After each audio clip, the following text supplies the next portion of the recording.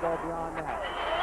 He has earned that reputation. Now he's on that top rope, and he was aiming with that elbow.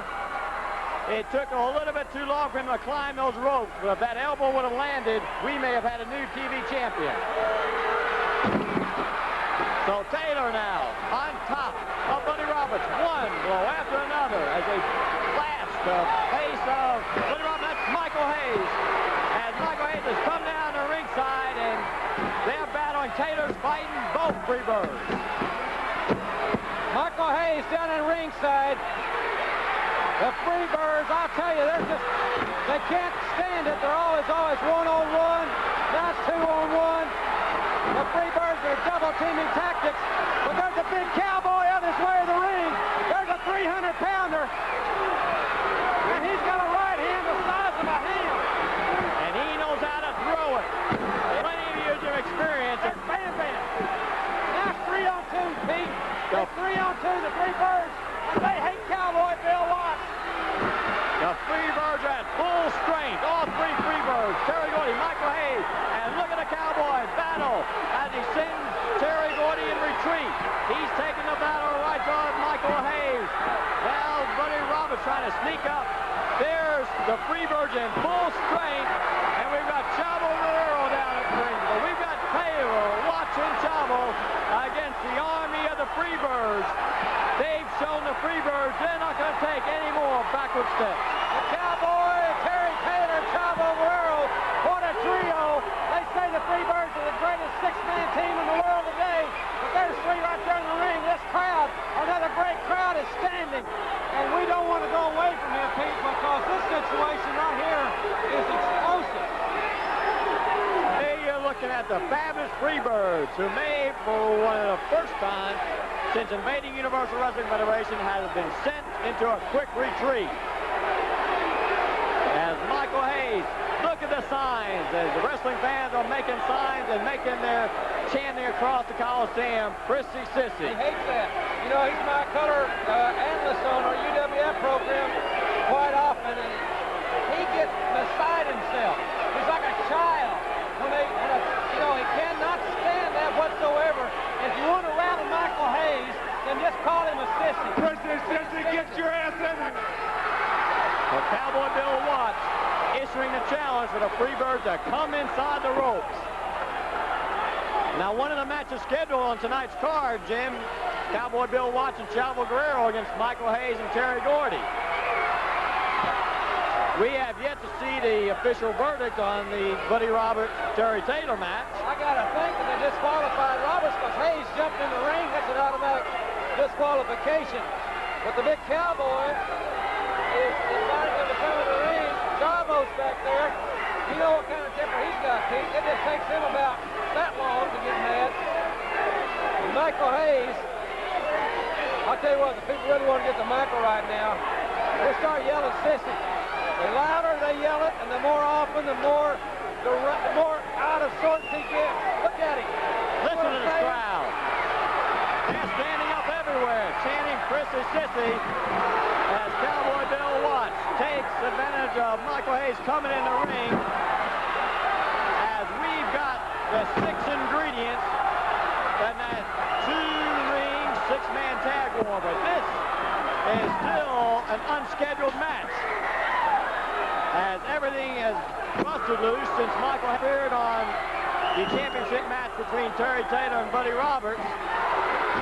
As you see, both Freebirds being thrown against each other, and in the ring, Chavo, Terry Taylor, and Bill Watts remain. Well, the crowd loves it here at the Coliseum. And just think, folks, when you get all 6 of them with 2 rings, you'll have 2 matches going on at one time. What a card and what a battle it's going to be on August the 8th. Oh, I'll tell you, that's why I'm coming down on the 7th. I'm not going to miss anything. I'm coming in down a day early for this one. Well, outside the ring, we still see the Freebirds as they... 3 of us, let's get it up. Bill Watts had something to say. Terry Gordy tried to stop the Cowboy from talking about it. Look at Bill Watts as he turns into Terry Gordy, because Bill Watts has a special grudge against Terry Gordy with that spike. He just buried his thumb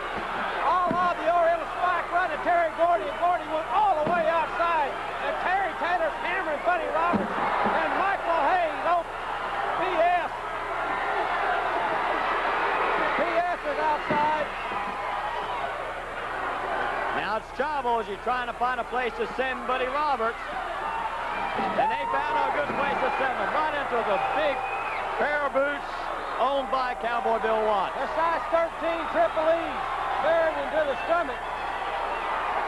You know, I know that we need to take a station break. I know we need to break from here. But I hate to leave, Pete, because the thing is it's so unpredictable. It's just pandemonium here in Houston, Texas at the Coliseum. Well, that's Michael Hayes trying to recuperate from the encounter he just experienced with Watts, Chavo, and Terry Taylor. He's the general of the Fabulous Freebirds. And as Terry Gordy now in the ring, as we're trying to see if Tommy Gilbert is trying to get the tag team event that's scheduled tonight. Maybe he's trying to get that underway. But listen to this crowd, Jim. Chrissy Sissy from every corner of the Coliseum there, standing and chanting. Well, what we got here is a six-man tag match, Pete. That's what we have. I don't think anybody's going to lose. Gordy now sent into the pistol Watts, but a drop kick by Taylor as Terry Bam Bam Gordy, the Universal Wrestling Federation heavyweight champion. Of course, this title's not on the line in a tag match like this, but I tell you what is the Fabulous Freebirds' reputation. Exactly right. And their egos are bigger than any title belts known to mankind. So it was anyway a six-man, a regular tag team match, but it's going to be now six-man. And I tell you, this is a preview of what we're going to see on August the 8th. This is a bonus here on 39 Gold. I think Tommy Gilbert made the wise choice by just making it a six-man right there, because I think he would have had a lot of difficulty in clearing the ring. Well, down at ringside, it looked like Terry Taylor was tripped. We didn't see what happened. We saw Taylor fall to the mat, and the fans are claiming that his boot was grabbed by one of the Freebirds. But right now, Michael Hayes, as the Freebirds start to do what they do best, and that is tag team action. You know, Pete, I don't think we don't have a whole lot more time left in the program. That's one of the unfortunate things about watching it on television. I wish everybody could be here because we're just about out of time. As you see, the main man, the UWF heavyweight champion, all 5, Terry Bam Bam Gordy.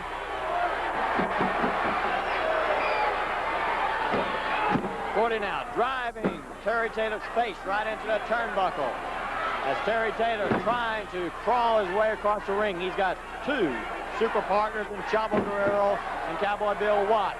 And with the Freebirds using their tag team tactics, you sure better have some teamwork on the other side as well. You've got to. You're beat. And the Freebirds now throw Taylor, and Taylor went all the way out and into that steel railing. And look at Bam Bam. Oh, goodness gracious. Taylor's head was just cracked. And I mean, we're quite a ways away from here, but you could hear it crack. See, that's where the Freebirds are at their best. They're at their best there. They separate you. They like taking a lamb away from the pack. They separate you in their strength in numbers.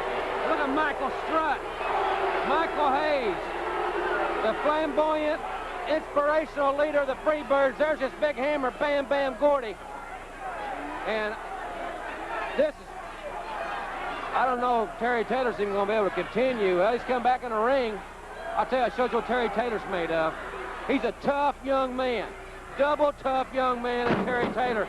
And neck breaker. There again, Pete, going back to work on that neck. We talked about it. Well, there's no doubt about it that the Freebirds symbolize the top in tag team action. You may not agree with the tactics or their personalities, but they are considered by many as the best 6-man tag team in professional wrestling today.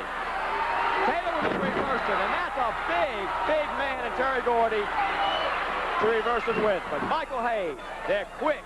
They do not want to give Taylor an opportunity to tag a fresh partner. 2 and almost 3. As Michael Hayes now challenging the speed on which Tommy Gilbert counted Taylor's shoulders to the mat. But Michael Hayes is never at a loss for words. He just, no, that's right. He got just about as close as you could get without getting a 3 count.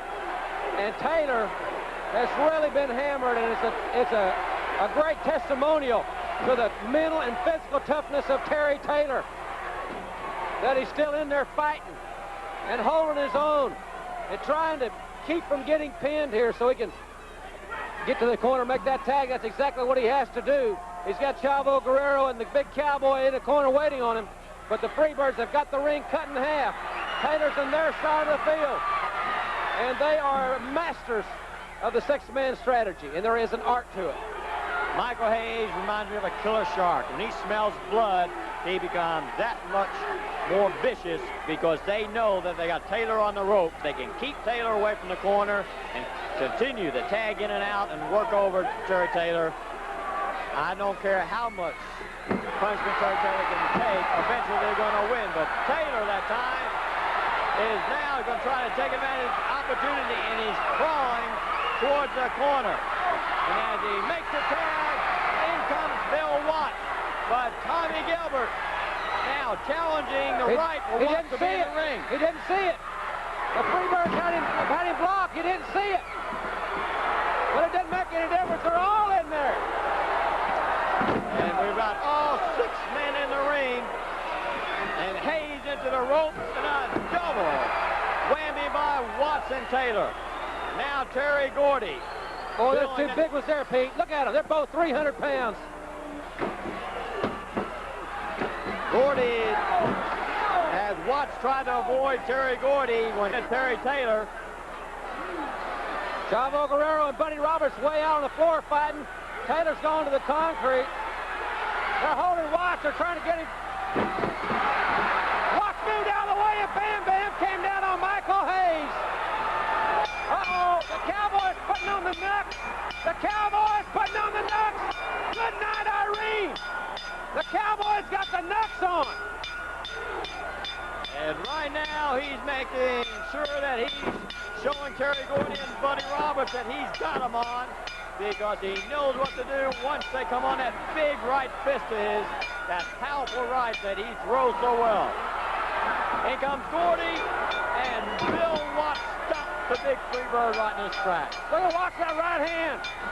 Boom! So Cowboy Bill Watts making sure that the Freebirds read his message loud and clear. They want to start a feud with Bill Watts. He's ready to take it right to him. And Terry Taylor now into Michael Hayes, a close-up shot of Watts finishing him off. But the Freebirds are not giving up. They're coming right back in the ring. This is a street fight, and that's what you're going to see on the 8th, because we'll have all 6 of these men, and we'll have 2 rings.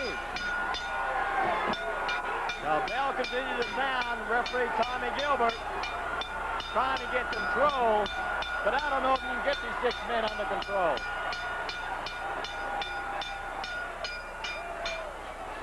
Watts challenging the Freebirds to come back in the ring. He's got Chavo on one side of him, Terry Taylor on the other, as the fabulous Freebirds, Michael Hayes, Buddy Roberts, and Terry Bam Bam Gordy. Now they realize just what they may have started with Bill Watts. Gordy's got a deep laceration, and I mean, he's been busted open in the head. You can bet that that 6th man, look at Gordy. You can bet on August the 8th that it's going to be one battle that you're not soon going to forget with 2 rings. Look there. Gordy says you're going to pay for it. The Brass Knucks, the Freebirds, are cornered, and when they're cornered, Pete, they're deadly. And when the Freebirds are at their peak, when they talk, fans better listen, because they've set their sight on Cowboy Bill Watts, Chavo Guerrero, and Terry Taylor. And we'll be back with more exciting wrestling. Ladies and gentlemen, he was Chavo Guerrero. Well, let's just Terry fade to Taylor, the Cowboy Bill Watts. Referee Tommy Gilbert has awarded the match to Chavo Guerrero, Terry Taylor, and Cowboy Bill Watts. And we have the winner, and we'll be back now with after an important message.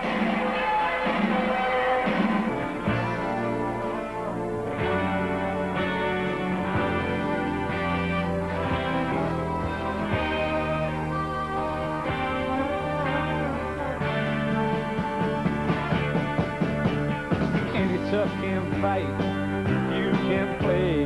Any fool can fall, you can live.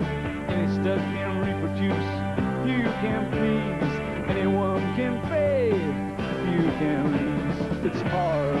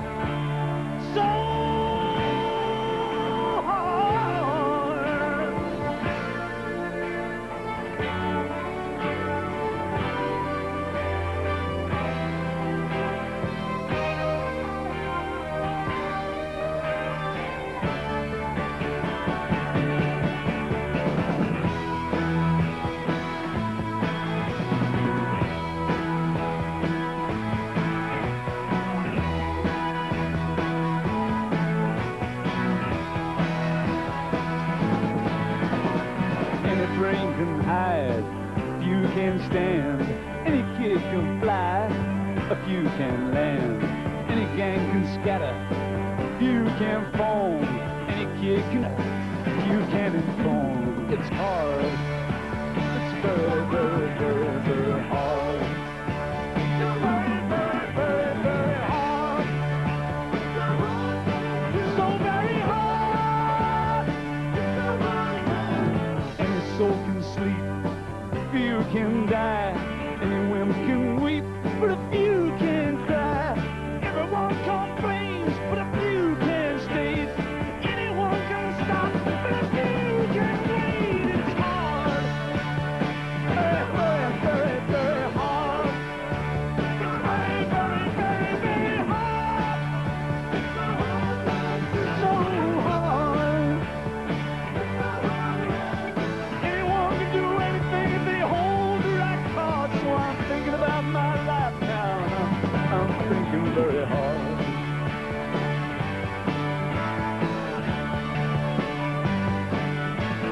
Deal me another hand, Lord, this one's very hard. Deal me another hand, Lord, this one's very hard.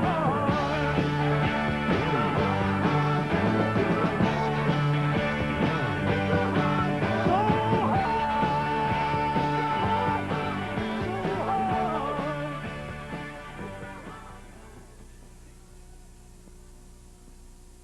We hope you're enjoying the wrestling. Since the first midget wrestlers I ever saw, and that was back in the 1930s, I have been a fan of midget wrestlers. They're awfully entertaining. I was looking while Tommy Gilbert was down on one knee checking them out there. Those small, that's one of the smaller pair of cowboy boots I've seen in quite some time there, Paul. Well, they're not exactly Texas size. No, they're sure not. But I'll tell you, you say they are entertaining. These are also athletes who Sure are. capable of inflicting very, very strong moves against even accomplished wrestlers. Certainly are. And you know, I've always been impressed with Cowboy Lang's conditioning. He's got a very well developed back and arm. He works out hard, and he's a strong. He has to work out because you take these men comparatively. They are of equal weight, equal size, so it hurts just as much when they get a headlock as if I should get a headlock on you. And Exactly we right. are equal size. Some fans may remember that at one time, Lord Littlebrook was challenged by Dan Lovett, who was a sportscaster for radio station KTRH 740 on the dial. And Lovett wanted to wrestle him, and I find commitment from Lord Littlebrook that he would not hurt Dan Lovett. And Lovett laughed when he heard that I had actually gotten this commitment, because Lovett was not a wrestler and he was not an athlete, and he thought that because Littlebrook was a midget, he would have absolutely no problem in just holding him down to the mat and beating him. Well, he learned differently, and Wells Twombly, who had been a sports writer for the Houston Chronicle and who was the instigator of the challenge, was the referee in the ring. But I want to tell you that Lord Littlebrook surprised Lovett and turned him upside down, inside out, and as they say, every way but loose. And Lovett went down in the dressing room, became rather ill after it was all over. He found that it was a lot of energy. But Littlebrook was true to his promise. He said he wouldn't hurt him, and he didn't. He did, however, teach him a little respect. Needless to say, I would guess there was no return match signed after that situation. No, there hasn't been another one of that kind, and I never heard of another one anywhere else in the country. But I give Dan Lovett a lot of credit because he took a chance. He stepped into something in which he was inexperienced and learned sports firsthand. When I was officiating pro wrestling matches, I'd much prefer to do a full-size match anytime as the midgets. They're so unpredictable, and they get you in some positions that you just don't know. You know, you're not accustomed to. You know, they get you in situations that you don't see that often. It's Right. just hard to react. And it's like wrestling a girls' match. You can't win. If you're refereeing, you're in Exactly right. trouble. Head scissor, and those short legs are capable of some great pressure because of the leverage that they offer to the man that's using it. And Littlebrook, with his head stuck through there and his nose down firmly against that canvas, is not really in a good way. Still a head scissor. The turnover could get a count, but it didn't. Referee Tom Gilbert saw the other side of Littlebrook and decided that he decided that the shoulders were up. I was disturbed there as I was trying to talk about Lang, because in the escape from the hold, why Littlebrook flailed his arms in all directions. So he's claiming the victory now as Cowboy Lang is on the Coliseum concrete, and there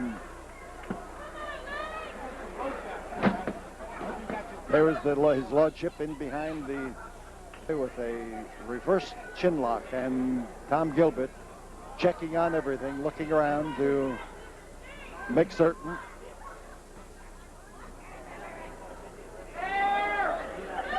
Reverse chin, and there's a nice escape, and you saw as he came out of that, he took that arm right along with him by the very turn of his head, and he managed to turn right into the arm and to take him down with a hammerlock. But this is more important to Lang, that the drop kick, and you might say he didn't have very far to go to, and Littlebrook's in trouble, and I don't know. It almost looked like a 3 count that time, but it was close. It sure Jim, was. I think not. The It was referee close. was in a, like I said, 15 minutes have precarious gone position by, there. and they are. I'm wondering what Littlebrook has got to complain about, or should we say that he's going to find something to complain about no matter what it is? I think that's right. I think That's his style, that's because his style. he figures he can keep the referee in Oh, now look at trouble. it. Yeah. Like he's gonna the showdown here.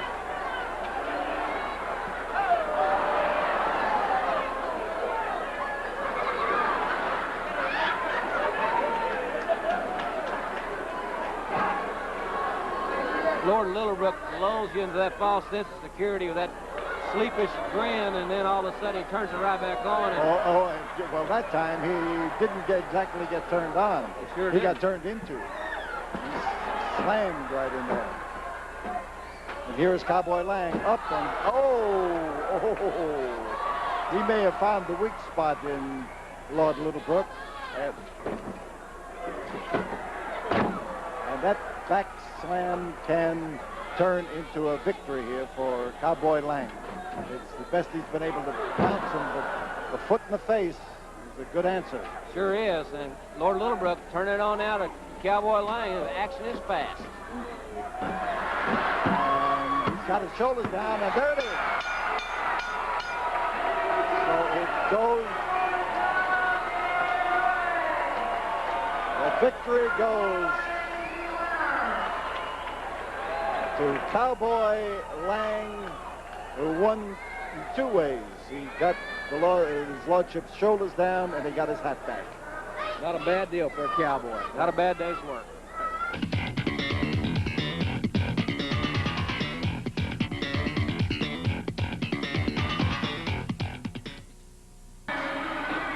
And it's breaking loose right here.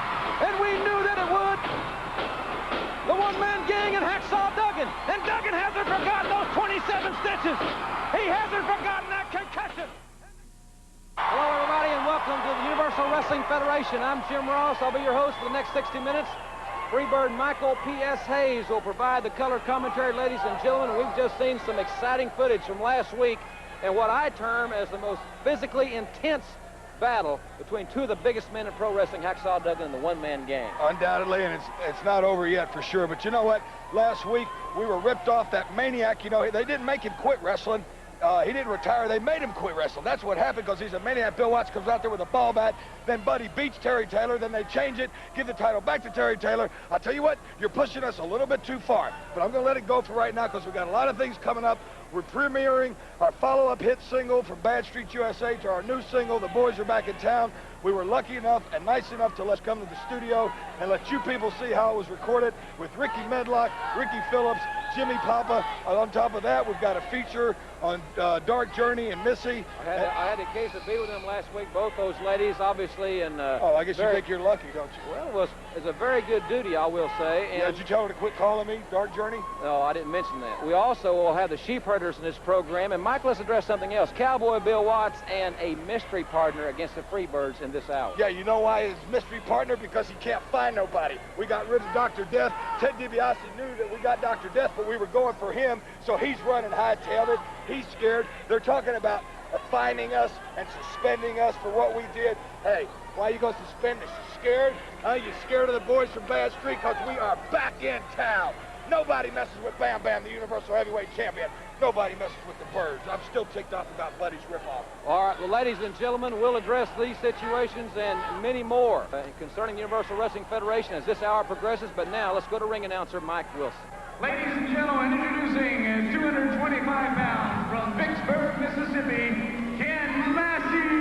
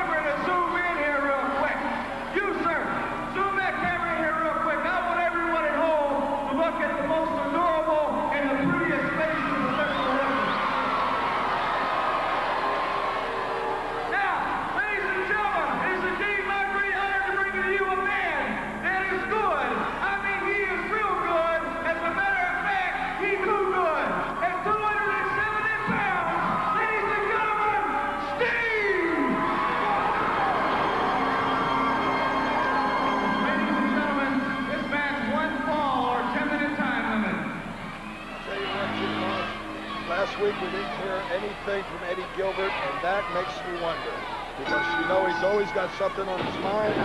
Look at that, an arm drag by the Blade Runner, Sting. I didn't know he knew a wrestling move. I knew he knew how to pose his arm. Anyway, Eddie Gilbert being quiet last week might be the calm before the storm. He might have something up his sleeve, because the man is not going to take the humiliation that was dealt out to him. Watts ran his Russians off. Of course, he can't run us off. I said that from the beginning. Good move by Massey. Sting shot him off, and Massey went right back to the headlock. You know, I got to give it to Ken Massey. He's another one of those guys that... Good backward suplex. That's a way to get out of that headlock. Another one of those guys that comes out here and tries. Sometimes he doesn't always win, but he got a victory in his hometown, Vicksburg, Mississippi. Of course, we were there in the main event and sold it out. Good body slam by Sting. But it just goes to show you, if you keep trying and keep pursuing, you might get it. Suplex. I don't think he's going to get no win this time. We're seeing a lot of new things from Sting, the Blade Runner. That's what I'm saying. Eddie might have just had him training all last week. A lot of wrestling moves. Look at that, a drop kick. You see that? Eddie Gilbert is up to something. He doesn't lay quiet unless he's doing something. And he's teaching this guy more wrestling moves. Good clothesline. You see, combine that power with wrestling. I don't care how much you can bench press, how much you can squat, it's the wrestler. And it's the best wrestler that'll win. Uh-oh, he's going to press slam him. Boom, dropped him right on the gut. I think Massey's had it. He's tremendously strong. Blade Runner Sting. Off the ropes. Good press. No need to even hook the leg. 1, 2, 3, that's it. Very impressive victory for Sting. Hot Stuff Eddie Gilbert has set him to skill. He looks like he's graduated here on the Universal Wrestling Federation. There you see Hot Stuff and Sting. And ladies and gentlemen, we'll be right back with Chavo Guerrero in action after this timeout.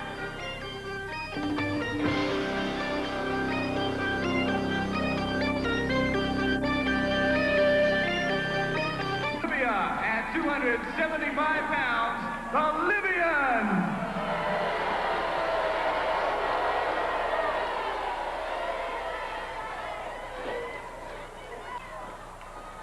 Proudly from El Paso, Texas, is Chavo Guerrero. It'll be... He might be proud, but I would be proud to be from Libya and say that my country was ran by Omar Gaddafi. His opponent from El Paso, Texas, in 227 pounds, Chavo Guerrero. At 1 fall, 2-minute time limit.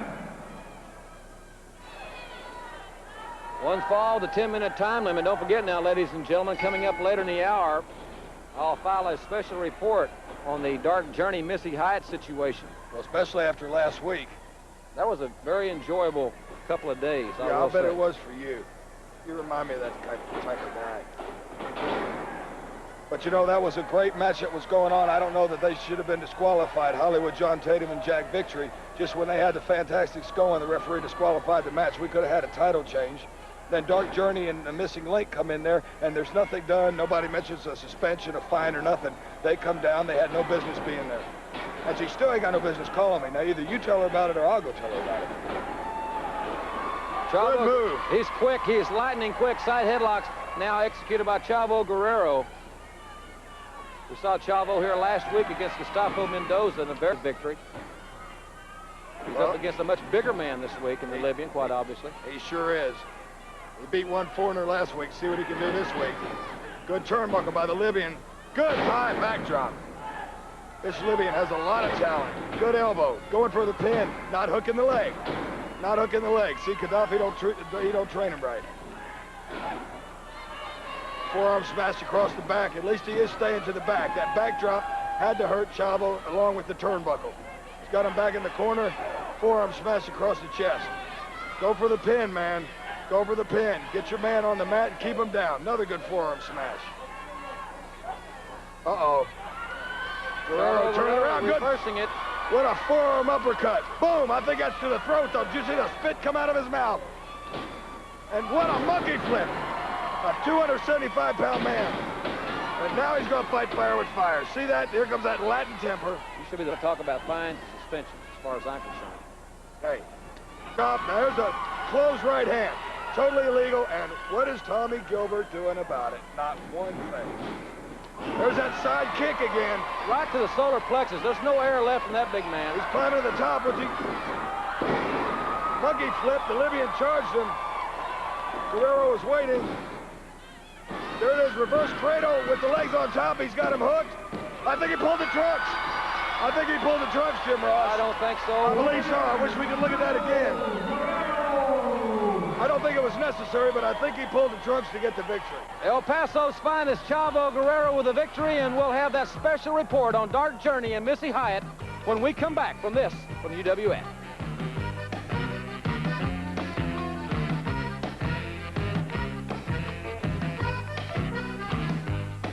Hour.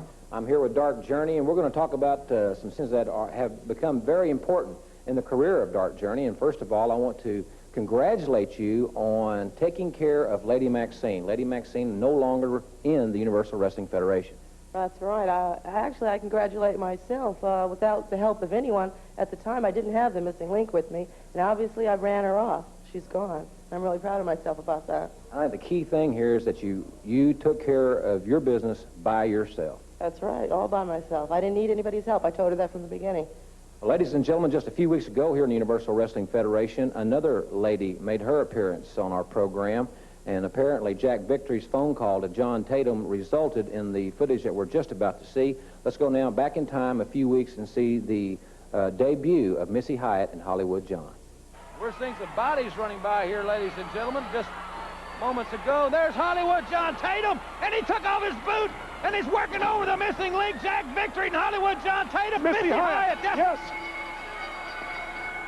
The link is down. The link is down, and they're working over. Dark Journey's come to the aid of her man. Oh, look at that. She's trying to get Tatum off of the Missing Link, who's worked over. Now look at both men. Missy Hyatt with that Gucci purse. Oh, man, she hit her right in the face with a purse. And Dark Journey is limp. And the one man. Here comes the Missing Link back in the ring, and they're scattering. It's sickening. 2 men and a woman. They came to get Dark Journey, no doubt about it. They came to get Dark Journey, and she is motionless. And the missing link is confused. He's like a dazed animal looking around the Look ring, at Missy not Hyatt. knowing what to do. Look at her. Look at the blonde. Look at the blonde, yeah. Really proud of themselves, strutting. Ladies and gentlemen, this is sick, appalling. Well, we just saw the footage of Missy Hyatt getting the best of me. And, of course, we're going to see some footage of me, Missy Hyatt. Well, one thing about it is you're going to get the opportunity to get very, very personal with Missy Hyatt, because in the Reunion Arena, it's the biggest card in the history of Texas. Over 40 participants, 12 great matches, 3 championship matches, as a matter of fact. But one of those 12 matches is a battle royal that features John Tatum, Hollywood John, if you will, and Missy Hyatt at ringside. Jack Victory, they say maybe Maxine will be at ringside. Also, Jimmy Garvin, Precious will definitely be at ringside, and the missing link in that battle royal, and Dark Journey will be at ringside. Now, that's going to be quite an interesting situation, because the winner's going to win this coat, and that is something to fight for. It is. I'm going to be very happy and very excited when the missing link gets his hand raised, and this coat will be mine. And I hear through the grapevine that you got 1 or 2 more tricks up your sleeve for Missy Hyatt. Yes, I've said it before. Dirty deeds are done dirt cheap, and I still have dirty deeds. Ladies and gentlemen, I'll be talking to Missy Hyatt in just a few moments, but now let's see that footage that Dark Journey mentioned. The thrown together once more. And Fulton, with those short right hands right to the face of Victory. Look at Missy Hyatt. It looked like she stuck her hands right in the eyes of Tommy Rogers. And the referee saw it, and they're calling for the bell, a disqualification. I think a disqualification's been rendered here. Missy Hyatt buried those long fingers into the eyes that looked like of Tommy Rogers.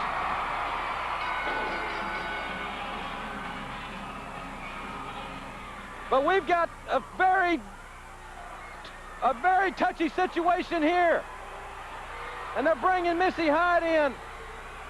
Look at, they're wanting her to slap Tommy Rogers, and she slapped Rogers right in the face. How humiliating.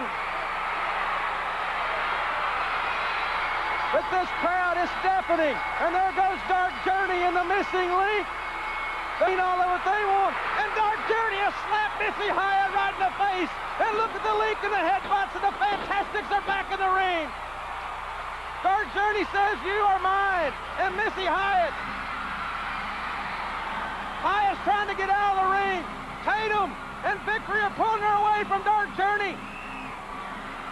The missing link's on the floor. It's pandemonium in Tulsa. Well, ladies and gentlemen, we've heard from Dark Journey, and if we can get Missy Hyatt and John Tatum's attention here, we'll talk about what we've just seen. I know that you probably won't forget that in the near future. She did get a little bit of revenge in that I cannot believe that, Dark Journey. Just like someone of her upbringing to sneak up there and slap me in my face. Johnny! Sorry. It's behind the back, Missy. Snuck up from behind the back, Jim Ross. There's going to be a match that has to do with a mink coat. It's mink coat. Now, I have many a coat. I wouldn't care if it was a Rolls Royce, Dark Journey, because the symbol is, that means you're the first lady of professional wrestling, and that's me. And I've got the man right here to win that coat for me, to get that coat for me, Hollywood. That's me. Well, ladies and gentlemen, the Dark Journey Missy Hyatt situation is far, far from over, and we'll be back with more after this. Would I lie to you?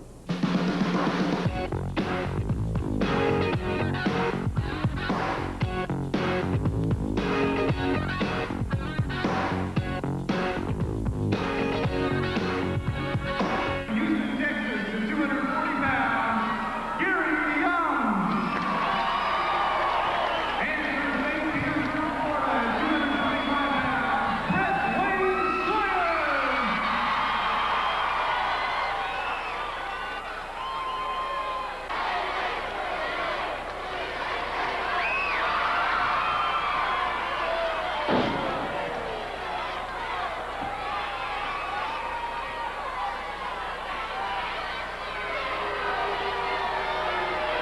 Their opponents from New Zealand at the combined weight of 440 pounds, the Sheep Herders. Also in their corner, Jack Victory. This match won for 10-minute time limit. I'll tell you this, it's like feast or famine for Victory. He's around the beautiful Missy Hyatt, and then he's back in the company of the sheep herders. That's about from one end of the spectrum to the other. About Yes, as far as you can get. Would you agree with that? That's one thing I would agree with you, Helium Head. But, you know, there's one thing I wanted to say. I also agree with the sheep herders. I don't think it's fair that they can't wrestle the Fantastics because UWF decided their matches are too bloody, they're too gory to put on TV.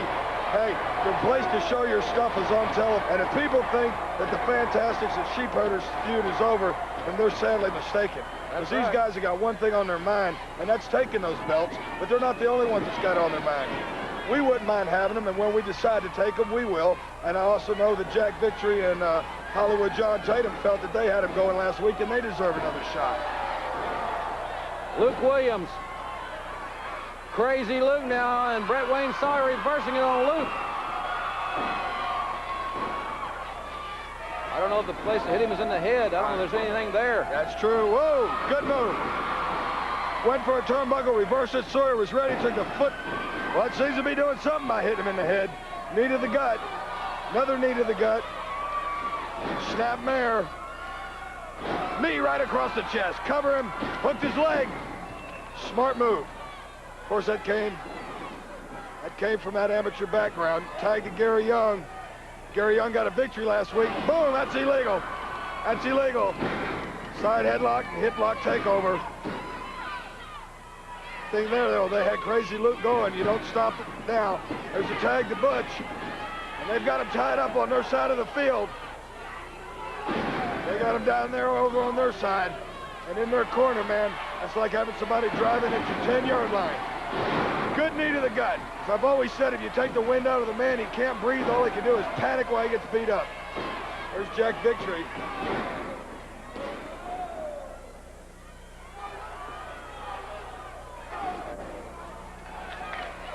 Well, we've got this tag team situation. We have more tag team action coming your way. Does it bother you? You know Cowboy Bill Watts and the Freebirds, and it's not that much longer. I noticed. Well, I've been looking at my watch. I'll tell you what, I'm fixing to go get ready. I know Bam Bam's ready, and I'm sure he's found somebody by now. If he was the real man, everybody around here and all around the country and world thinks he is, he'd face up and tell us. I mean, it's not really fair that we have to go in there and not be preparing to wrestle somebody because we don't know who he's bringing.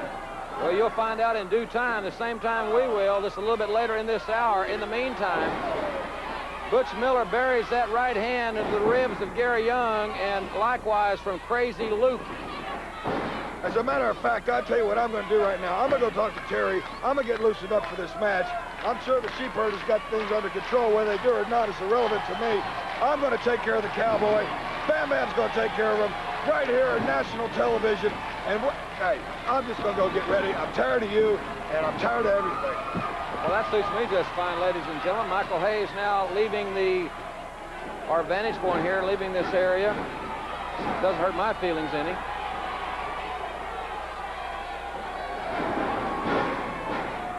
Butch Miller throwing Gary Young into those turnbuckles. Michael Hayes did bring out a couple of good points. Don't ever think that the situation between the Fantastics and the Sheep Herders is over. But I think some good judgment was used by Universal Wrestling Federation by not having any matches on television. At least they cool us down somewhat. And now the tag is made. Brett Sawyer in there against Crazy Luke of the Sheep Herders. And Sawyer buries the right hand into the midsection. The fine young athlete, Brett Wayne Sawyer. And the Sheep Herders thrown together.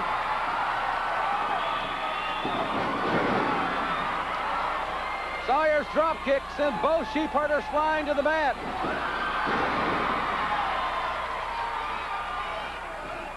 Sawyer went for another drop kick, but to no avail. They've just double clotheslined Gary Young. Brett Sawyer had things going his way, but now they're double teaming him. They've double teamed that young man. He had it going his way until he missed a drop kick, and the double team tactics of the Sheep Herders pays off once again. They are tough. You can look at their faces. They are extremely tough, and they're obsessed by beating this great American team, the Fantastics, for the UWF Tag Team titles. And ladies and gentlemen, we'll be back with some great action featuring Coco Ware and Rick Steiner and a very special video after this timeout.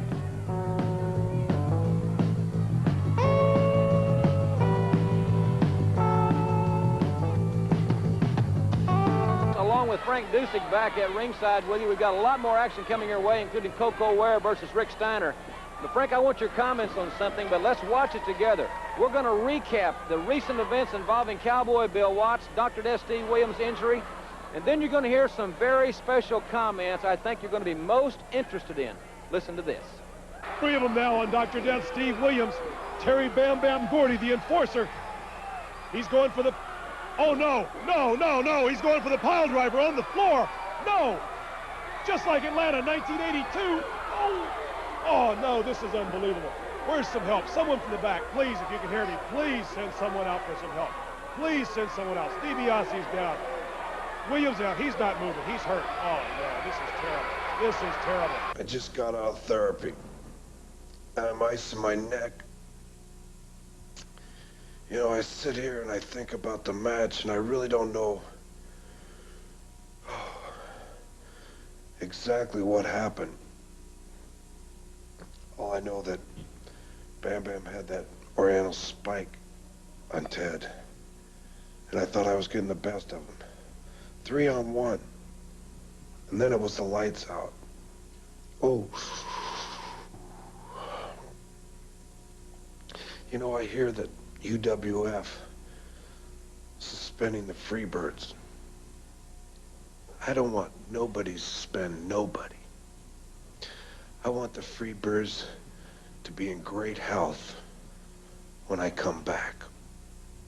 Freebirds, I have one thing to tell you. While you're eating your breakfast, while you're running down that highway, you just remember who you hurt. You just remember. We all love our dad, and we don't want him to get hurt. But if he knows he can handle the situation, then we're behind him 100%. Dr. Death's a close personal friend of the family. He's like a brother to us. He got hurt, him and my father got hurt in a 3-on-1 situation. And we all know that in a 1-on-1 situation, Death's father could handle any one of them. But when it's 3-on-1, it's a different situation. But Micah, Anna, you know, Dad's got the wing clippers. He's got the equalizer. This will give him a fighting chance in the ring. And you and I both know he knows how to swing. Too well. So Freebirds, you better watch out. What more can you say, Frank? I think it's clear, you know, the family's accepted the fact that the Cowboy's back in and he's back in here to stay. He means business. They've awakened the sleeping tiger. The family's behind him. That just is the green light to the Cowboy to do what he needs to do to get the job done. It's war, ladies and gentlemen, and now let's go to the ring in our next great match. From Detroit, weighing 260 pounds, Rick Steiner.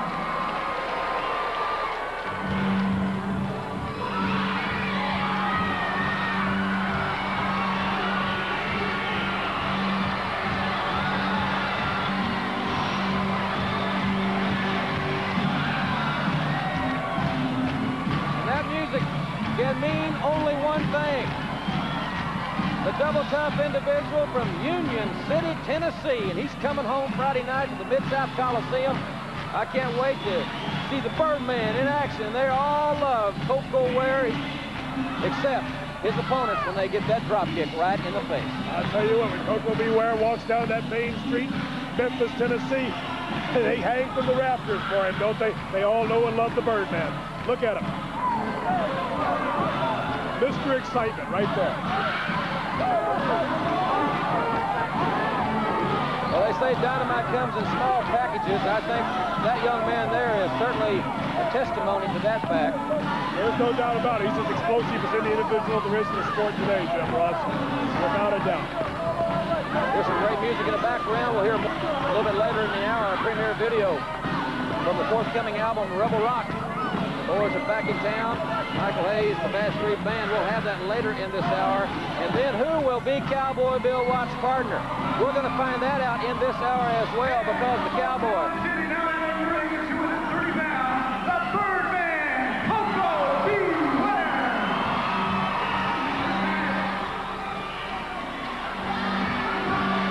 It's contagious.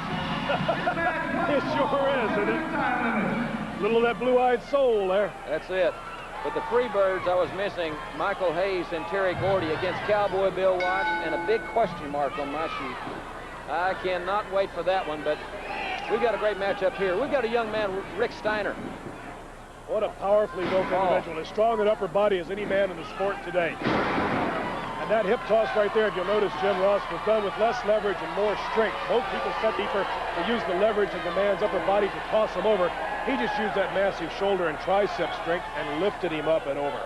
He's a young man from right outside Detroit, Michigan, went to school, University of Michigan. And the folks up in Lansing watching Universal Wrestling Federation night, we want to welcome you aboard with us here this Friday night. One of the 100-plus stations on the UWF television network, I might add. You know, I don't know how you do it, Jim Ross, putting up with Michael Hayes all the time. He cries so much about this and that. I'll bet you his tea kettle doesn't whistle. I bet you it cries. Well, they say patience is a virtue, so maybe I'm developing some in my later years. Well, we'll talk about that another time. Koko Ware, ladies and gentlemen, and Rick Steiner, two superbly conditioned athletes here on the Universal Wrestling Federation. Koko's got that low center of gravity. Whoa! What a power slam! Right there is what I'm talking about, that low center of gravity. He was able to get up underneath the big man, Steiner, use his momentum to get him up and over, and not a press slam, but a power slam. Experience, agility, mobility, hostility, it's all right there, Jim Ross. I don't think that Steiner exhibited or saw any activity like he just witnessed and felt in the Big Ten tournament when he was wrestling for the blue and gold of old Michigan U. And I certainly don't mean any disrespect to that tremendous institution. What a football program Bo Schembechler has assembled there, a powerhouse year in and year out. Well, just one look at what his athlete here tells you what kind of young men he produces. Look at the size and the strength and the ability of Rick Steiner. That's a credit to the program right there. That's what we're talking about. You're talking about a 275-pound man that just leapfrogged. Oh, flying body press. Koko Ware's got the leg grapevine and a near fall. I tell you what, Frank, if folks want to see action like this in their hometown, we can bring it to them, can't we? We sure can. You know, we got a special thanks to the folks at Bogalusa. Had a real successful show down there. Congrats him. Talking about the folks at Okmulgee and Warner and Porter, Oklahoma. We're coming all over the United States to all these nonprofit groups. These very same stars. All they got to do is give us the call. You know the number, Jim. I sure do. It's 918-366-8000. And be sure that you have an adult call and call between 9 a.m. and 5 p.m. Monday through Friday only, please. That's correct. A little bit of a cheap shot there. You know, I don't think he learned that there at the wrestling program, University of Michigan. That's something he's picked up since he joined the pro ranks. He'll find eventually that those cheap shots don't have their place. Steiner is so strong in the upper body, as Frank so aptly described earlier in this match. Now look at this. That was a vicious power slam. One, two.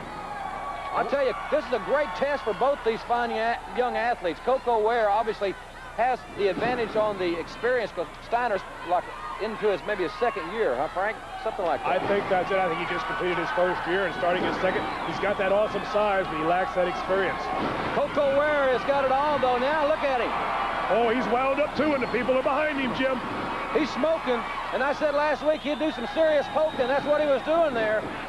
And Steiner, though, caught him with a power slam. Koko's all the way through. What a maneuver. Oklahoma hayride out of the power slam. 1, 2, 3, Jim Ross. You haven't seen that in years. Unbelievable. The Birdman, Koko Ware, flying home to Memphis Friday night, and we'll be back with the Freebirds via Premier Video when we return from this timeout.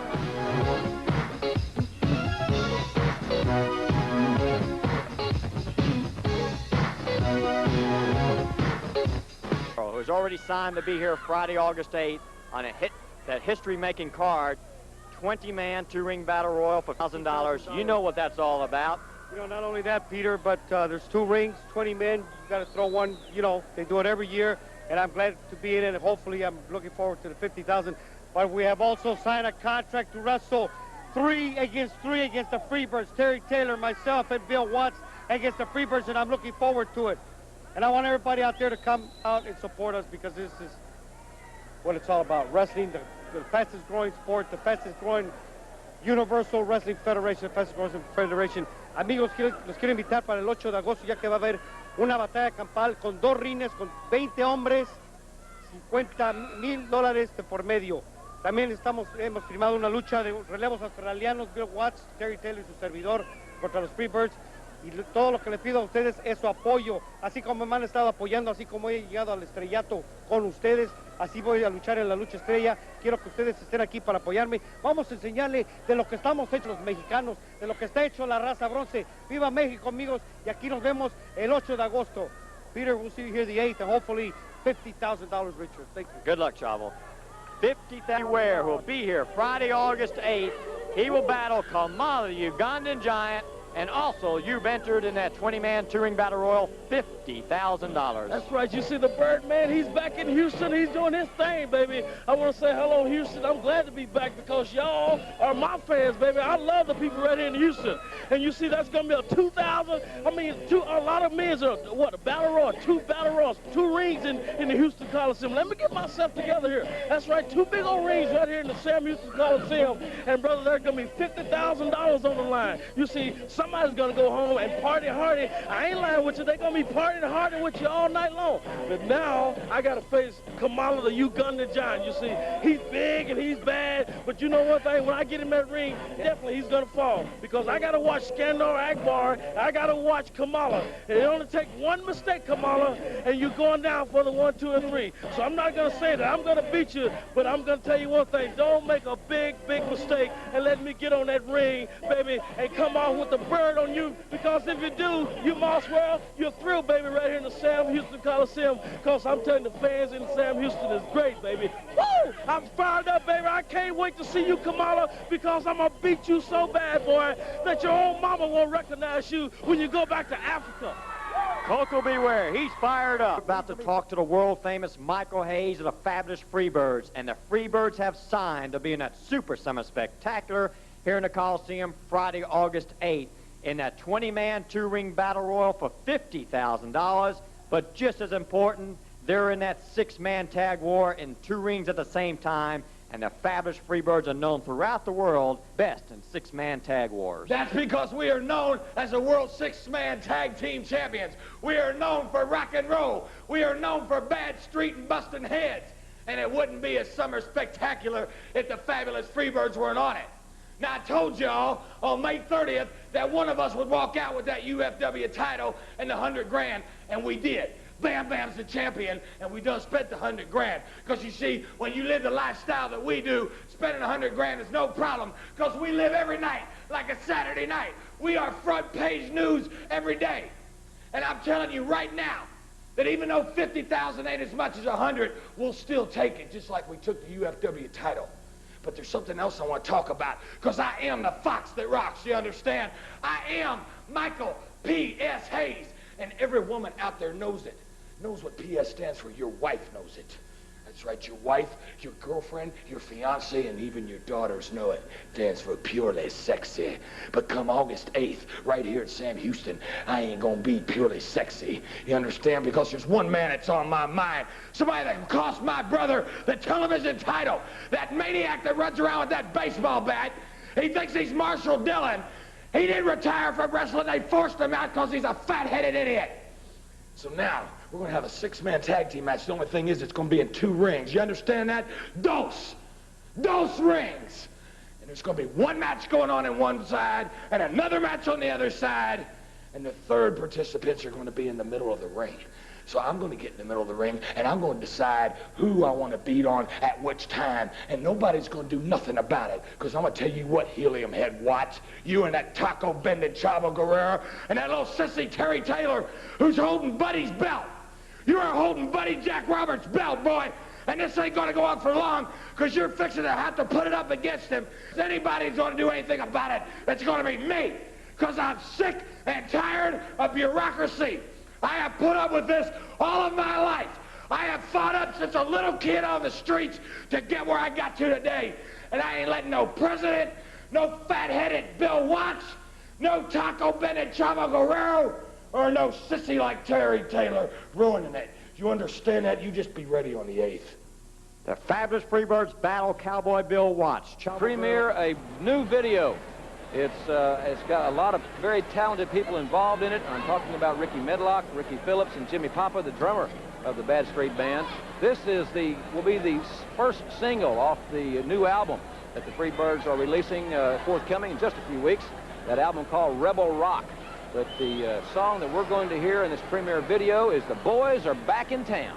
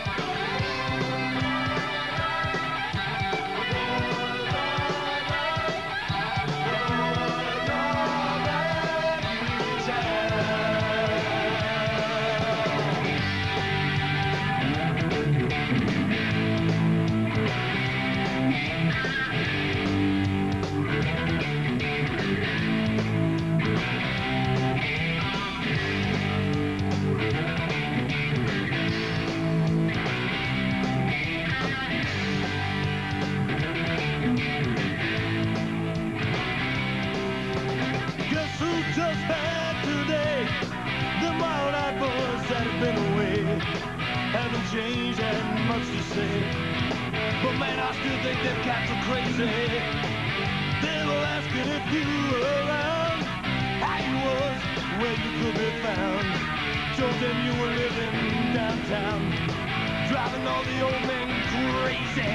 The boys are back in town, boys are back in town. I said the boys are back in town.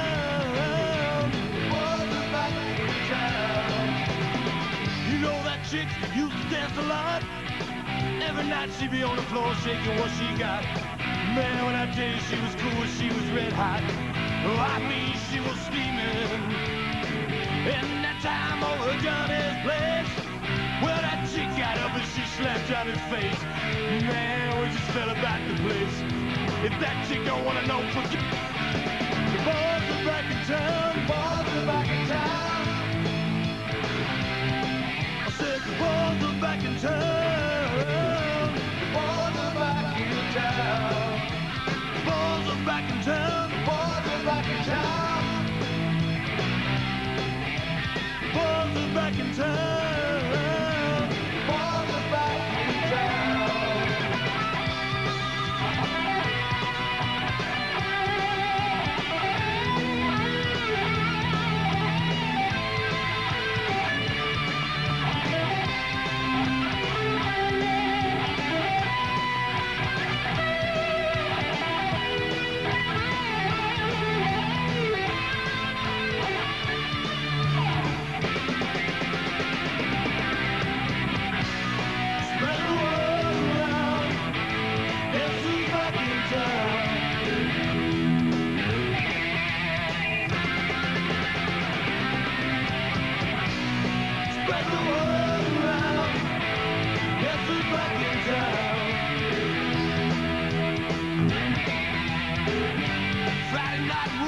To kill Valentino's bar and grill. Drinks will flow and the blood will spill. And if the boys wanna fight, you better let them. Back jukebox over in the corner, blasting out my favorite song. Nights are getting warmer, it won't be long. It won't be long before summer comes. Now that the boys are here again. The boys are back in town. The boys are back in town. The boys are back in town. The boys are back in town. The boys are back in town. The boys are back in town. The boys are town. The boys are back in town.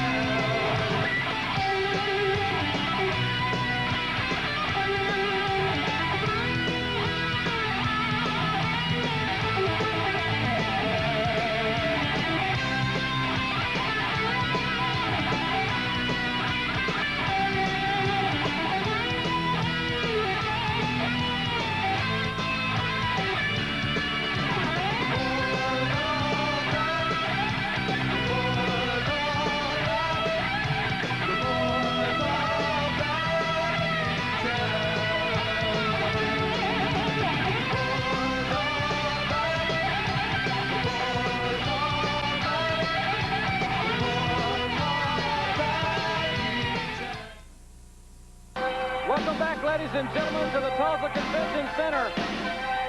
There you see Cowboy Bill Watts, and it's going to be Taylor. Terry Taylor will be Cowboy Bill Watts' partner against the Freebirds. Here is the Universal Wrestling Federation.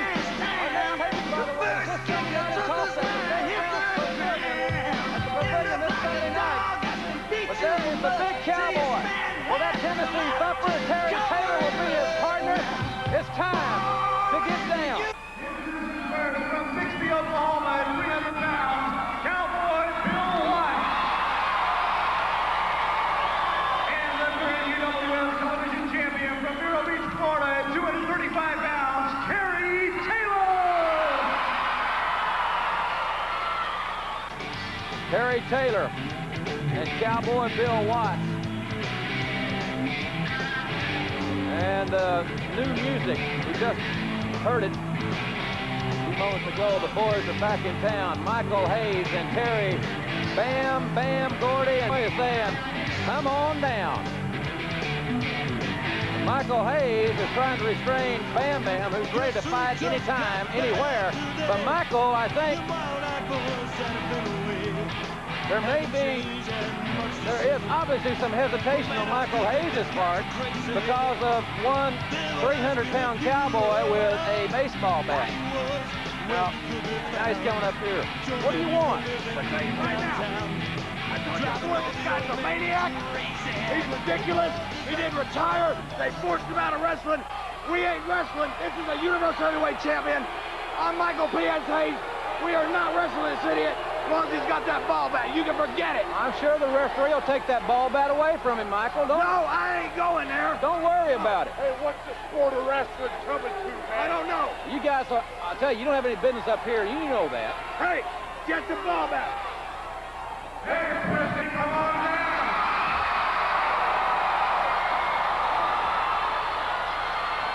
Bam Bam's ready for action. Bring Bam Bam. I want to show you where Bam Street really is.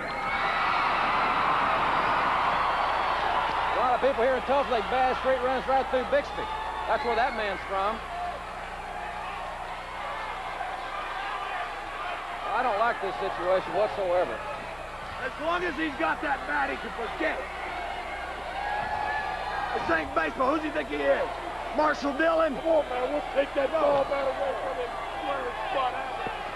Well, Bam Bam wants to... I don't really like this position I'm in here too much at all.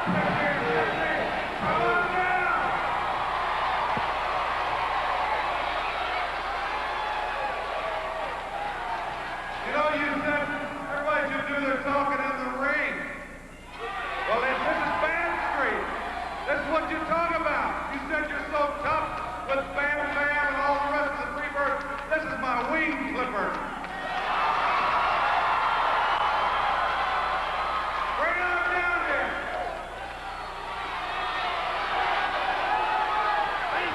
I ain't going. Get rid of the bat. Get it away from that maniac. Well, why don't you go take it away from him? I'll tell you what. Everybody here, the television audience, will see you got no guts.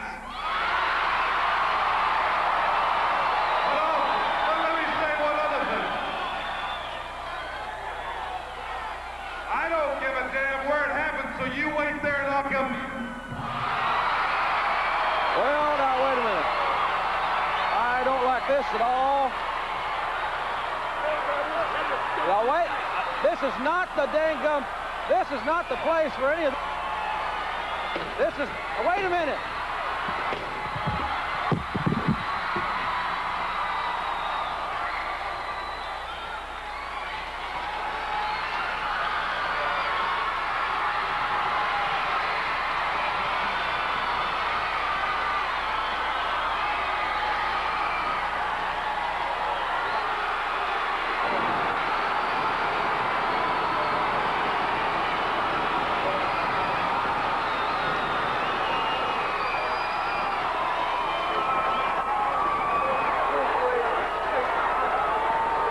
Don't go away, wrestling fans, because we... 229 pounds, Coco Beware!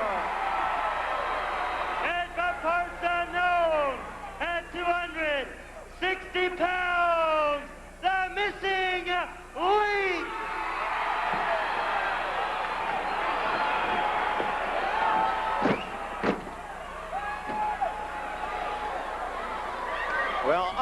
ring, we have the makings of a tag team war, because on one side, we've got Hollywood John Tatum team with Jack Victory. Now you're looking at the team of Missing Link, Coco Beware, with Dark Journey in their corner, and the lovely Missy Hyatt in the corner of John Tatum and Jack Victory. And this showdown, Jim, could explode. It sure could, Pete. Hollywood John Tatum threw that steel folding chair into the ring. Look at the Link. His head is seemingly impervious to pain. Really a weapon. He's a blockbuster, no doubt about it. And what a rivalry has developed between Missy Hyatt, the arrogant young rich girl. And it looks like the Tatum are a little bit hesitant in getting in the ring with the Missing Link, because the Link destroyed a metal chair with his head, and they're thinking, well, if he can do that to a chair, just what can he do to me? Because the Link, and I like, you know, this style is awful unique, but those guys have got a point. If he can do that to a chair, what can he do to flesh and bone, so to speak? Well, the bell sounds, one fall showdown. But this is the type of event that you better keep some eyes peeled for the outside the ring as well, because in one corner you have Missy Hyatt, and the other corner Dark Journey. Jim, there's been a lot of talk about these two females and the feud that is brewing between the two of them. Well, Dark Journey got rid of Lady Maxine by herself. She didn't have anybody to help her. She did it one-on-one. But Missy Hyatt, in her quest to be the so-called and self-proclaimed, I might add, first lady, and I use that term rather loosely, of professional wrestling, she's had a lot of help from the two men in the ring, those two blondes, Tatum and Hyatt.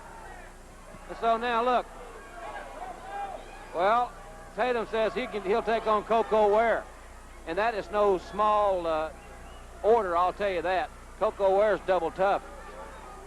Coco Beware starts off with a team of Coco Beware and the Missing Link under the guidance of Dark Journey. And you can see in the foreground, at least you got a quick glimpse of Missy Hyatt as she is under control from Hollywood John Tatum and Jack Victory. And Coco Beware is doing what he does best, and that's sending his opponents flying throughout the ring. The Birdman. As the Birdman, he's excited about this, but he's also excited about his big opportunity on August 8th when he goes up against Kamala, because he may become the giant killer that night. That's the task that is set for him. Can he meet the challenge of Kamala and Missy Hyatt there in all of her splendor? She's a very attractive young lady, but not to take anything away from the equally beautiful Dark Journey. But I got to admire Dark Journey. She broke away from Dick Slater. She wanted to make it on her own in a man's world, really. You know, it's, and I'm not being chauvinistic, but professional wrestling is basically, and has been for decades, a man's sport. And she's trying to make her niche as a businesswoman in the man's world, and she's doing a tremendous job of it. And she takes care of things herself, one-on-one. I admire that attitude immensely. Well, she showed a lot of her character when she was not intimidated by Lady Maxine, to say the least. She was able to send Lady Maxine packing. Well, there you see some of the teamwork that Jack Victory and Hollywood John Tatum are capable of producing. That time, he was a little bit too slow, because Coco Beware can explode in that ring. He has that type quickness. The Missing Link now, using that vicious headbutt of his, that famous headbutt. And I tell you, you see a unique team in the Missing Link and Coco Beware. No doubt about it. You talk about the term contrast in styles, and Tatum and Victory said, we're leaving. There's just no way that we're going to contend with that head and that headbutt. And you know, the Link's head is like a battering ram. He has no regard, quite obviously, for his own well-being. And Missy Hyatt is encouraging her guys to get back in the ring. Look at Tatum. He's on Dream Street. And one thing about Missy, she doesn't have to contend with those headbutts. So it's easy for her to say, get back in there and fight. And look at Dark Journey. Dark Journey wants to make sure that Missy Hyatt is not going to be able to give an advantage to her tag team in there. And so Dark Journey is showing her support behind her team of the Missing Link and Coco Beware. But Missy Hyatt now arguing with Tommy Gilbert. She gives the term airhead a new meaning. And now Missy Hyatt down on the floor. Tommy Gilbert has got a tough job ahead of him. You know, go ahead, Pete, I'm sorry. He not only has a tag team to contend with, but he knows the explosive capability of Dark Journey and Missy Hyatt.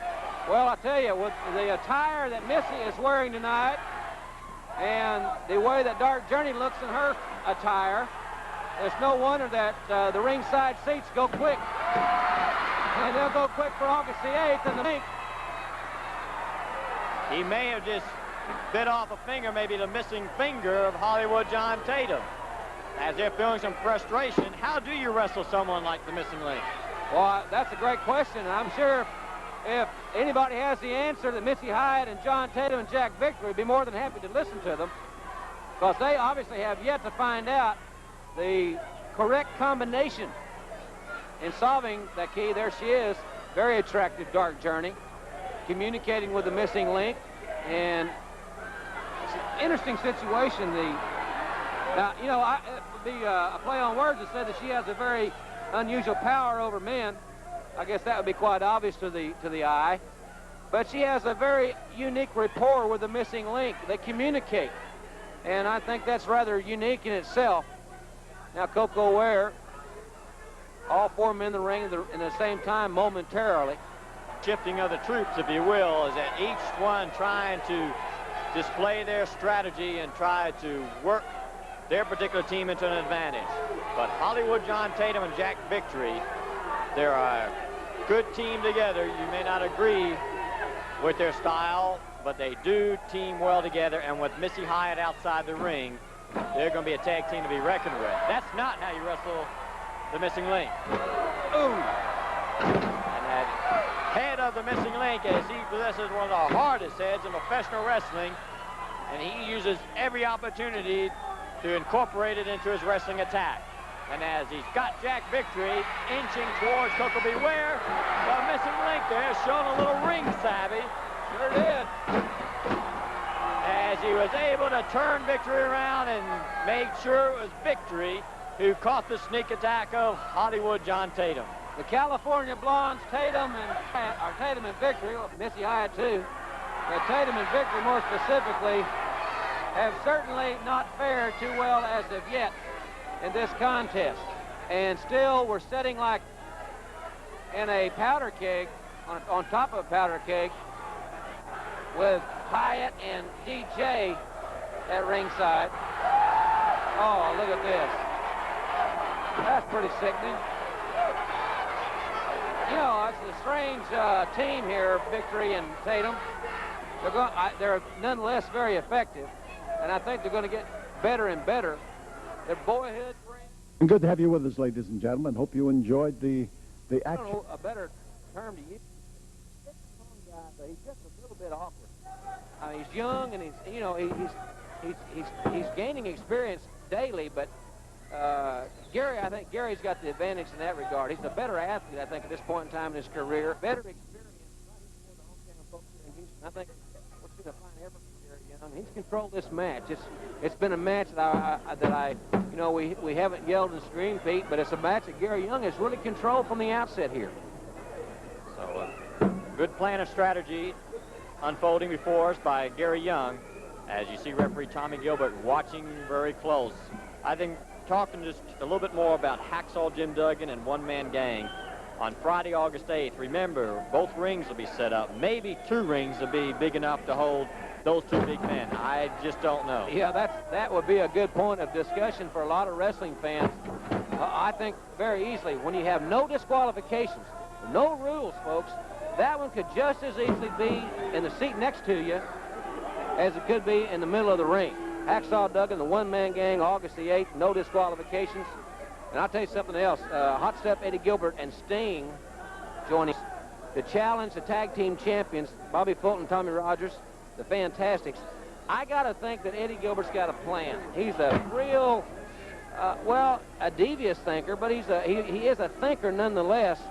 I've got to think he's got a very sound game plan and maybe something up his sleeves for the Fantastics for the tag team titles on August the 8th.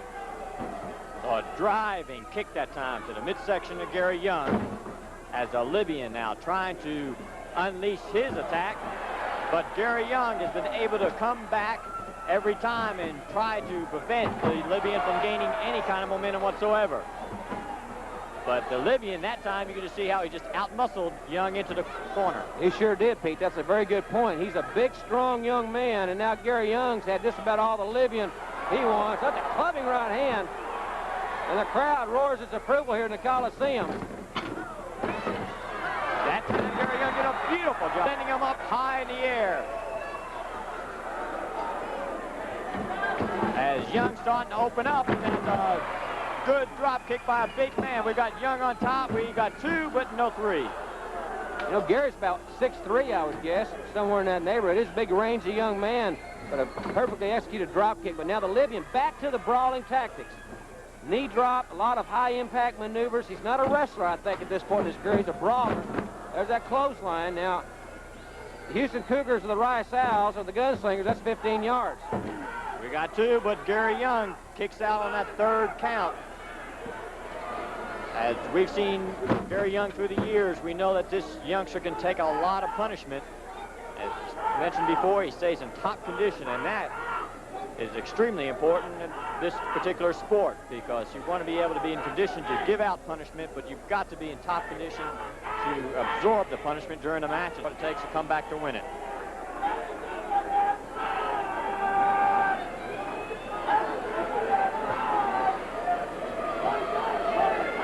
Another match that we want to focus on, we're talking about this whole card, ladies and gentlemen, on August the 8th.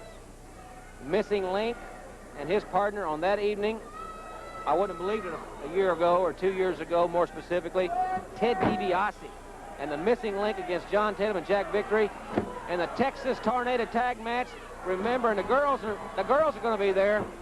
Good, great maneuver by Gary Young, that flying elbow. That might be all for the Libyan. Oh, 2 count, near fall there. The Libyan strength really pulling through on that one. But I got a feeling that Missy Hyatt and Dark Journey, while the guys are in one ring, they darn sure might be in the other one, settling their differences once and for all by themselves in that one ring. And remember, there'll be no referee in that ring either. The referee men. I think it's also important to point out that all these matches we're talking about take place all on that same night. Oh, it's Friday, August 8th. Libyan working over Gary Young. Got 7 big matches, Pete, plus that 20-man 2-ring battle royal. It shapes up to be one of the hottest cards of the summer, and I encourage the folks out there listening to 39 Gold, get your tickets early. Go by 1919 Caroline through the week. Get your tickets early. Get the best seat possible. I'm anxious to see who's going to come away with $50,000. Up in the ring, we saw Gary Young come across that forearm and send the Libyan back, but only a couple steps because he keeps charging at him like a tank. You can stop him for a little bit, but that Libyan just keeps coming at you. And that's what Gary Young's trying to contend with right now. He's been able to give a lot of punishment to the Libyan, but you can see that he's coming and keeps coming at Young. Setting him up, and the Libyan was bent over the top rope. That's not a disqualification since his own momentum carried him over the top rope. And Young now sees an opportunity, and he's going to try to seize the moment, but Libyan switched it. And a crossbody block. Gary Young on top. We've got 2. And a beautiful move by Gary Young. He stayed with the wrestling tactics, and that's what paid off in victory. So Gary Young, the winner of this match. We'll be back for more Houston wrestling action in just one moment. Koko B. Ware and the Missing Link under the guidance of Dark Journey. And you can see in the foreground, at least you got a quick glimpse of Missy Hyatt as she is under control from Iowa John Tatum and Jack Victory. And Koko B. Ware is doing what he does best, and that's sending his opponents flying throughout the ring. The Birdman, as the Birdman, he's excited about this match, but he's also excited about his big opportunity on August 8th when he goes up against Kamala. because he may become the giant killer that night. That's the task that is set for him. Can he meet the challenge of Kamala and Missy Hyatt there in all of her splendor? She's a very attractive young lady, but not to take anything away from the equally beautiful Dark Journey. But I got to admire Dark Journey. She broke away from Dick Slater. She wanted to make it on her own in the man's world, really. You know, it's, and I'm not being chauvinistic, but professional wrestling is basically, and has been for decades, a man's sport. And she's trying to make her niche as a businesswoman in the man's world, and she's doing a tremendous job of it. And she takes care of things herself, one-on-one. I admire that attitude immensely. Well, she showed her character when she was not intimidated by Lady Maxine, to say the least, and she was able to send Lady Maxine packing. Well, there you see some of the teamwork that Jack Victory and Hollywood John Tatum are capable of producing. That time, he was a little bit too slow because Koko B. Ware can explode in that ring. He has that tight quickness. Missing Link now, using that vicious headbutt of his, that famous headbutt. And I tell you, you see a unique team in the Missing Link and Koko B. Ware. No doubt about it. You talk about the term contrast in styles, and Tatum and Victory said, we're leaving. There's just no way that we're going to contend with that head and that headbutt. And you know, the Link's head is like a battering ram. He has no regard, quite obviously, for his own well-being. And Missy Hyatt is encouraging her guys in the ring. Look at Tatum. He's on Dream Street. And one thing about Missy, she doesn't have to contend with those headbutts. So it's easy for her to say, get back in there and fight. And look at Dark Journey. Dark Journey wants to make sure that Missy Hyatt is not going to be able to give an advantage to her tag team in there. And so Dark Journey is showing her support behind her team of the Missing Link and Koko B. Ware. But Missy Hyatt now arguing with Tommy Gilbert. She gives the term airhead a new meaning. And now Missy Hyatt down on the floor. Tommy Gilbert has got a tough job ahead of him. You know, go ahead, Pete. I'm because sorry. he not only has a tag team to contend with, but he knows the explosive capability of Dark Journey and Missy Hyatt. Well, I'll tell you, with the attire that Missy is wearing tonight and the way that Dark Journey looks in her attire, it's no wonder that the seats go quick. And they'll go quick for August the 8th, and the Missing Link. He may have just bit off a finger, maybe the missing finger of Hollywood John Tatum. As they're feeling some frustration, how do you wrestle someone like the Missing Link? Well, that's a great question. I'm sure if anybody has the answer, that Missy Hyatt and John Tatum and Jack Victory would be more than happy to listen to them, because they obviously have yet to find out the correct combination in solving that key. There she is, very attractive Dark Journey, communicating with the Missing Link, and it's an interesting situation.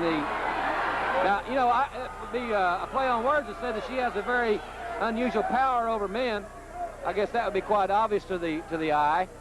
But she has a very unique rapport with the Missing Link. They communicate. And I think that's rather unique in itself. Now, Koko Ware, all four men in the ring in the same time momentarily. A little shifting of the troops, if you will, is that each one trying to display their strategy and try to work their particular team into an advantage. But Hollywood John Tatum and Jack Victory, they're a good team together. You may not agree with their style, but they do team well together. And with Missy Hyatt outside the ring, they're going to be a tag team to be reckoned with. That's not how you wrestle the Missing Link. Ooh! And that head of the Missing Link, as he possesses one of the hardest heads in professional wrestling, and he uses every opportunity to incorporate it into his wrestling attack.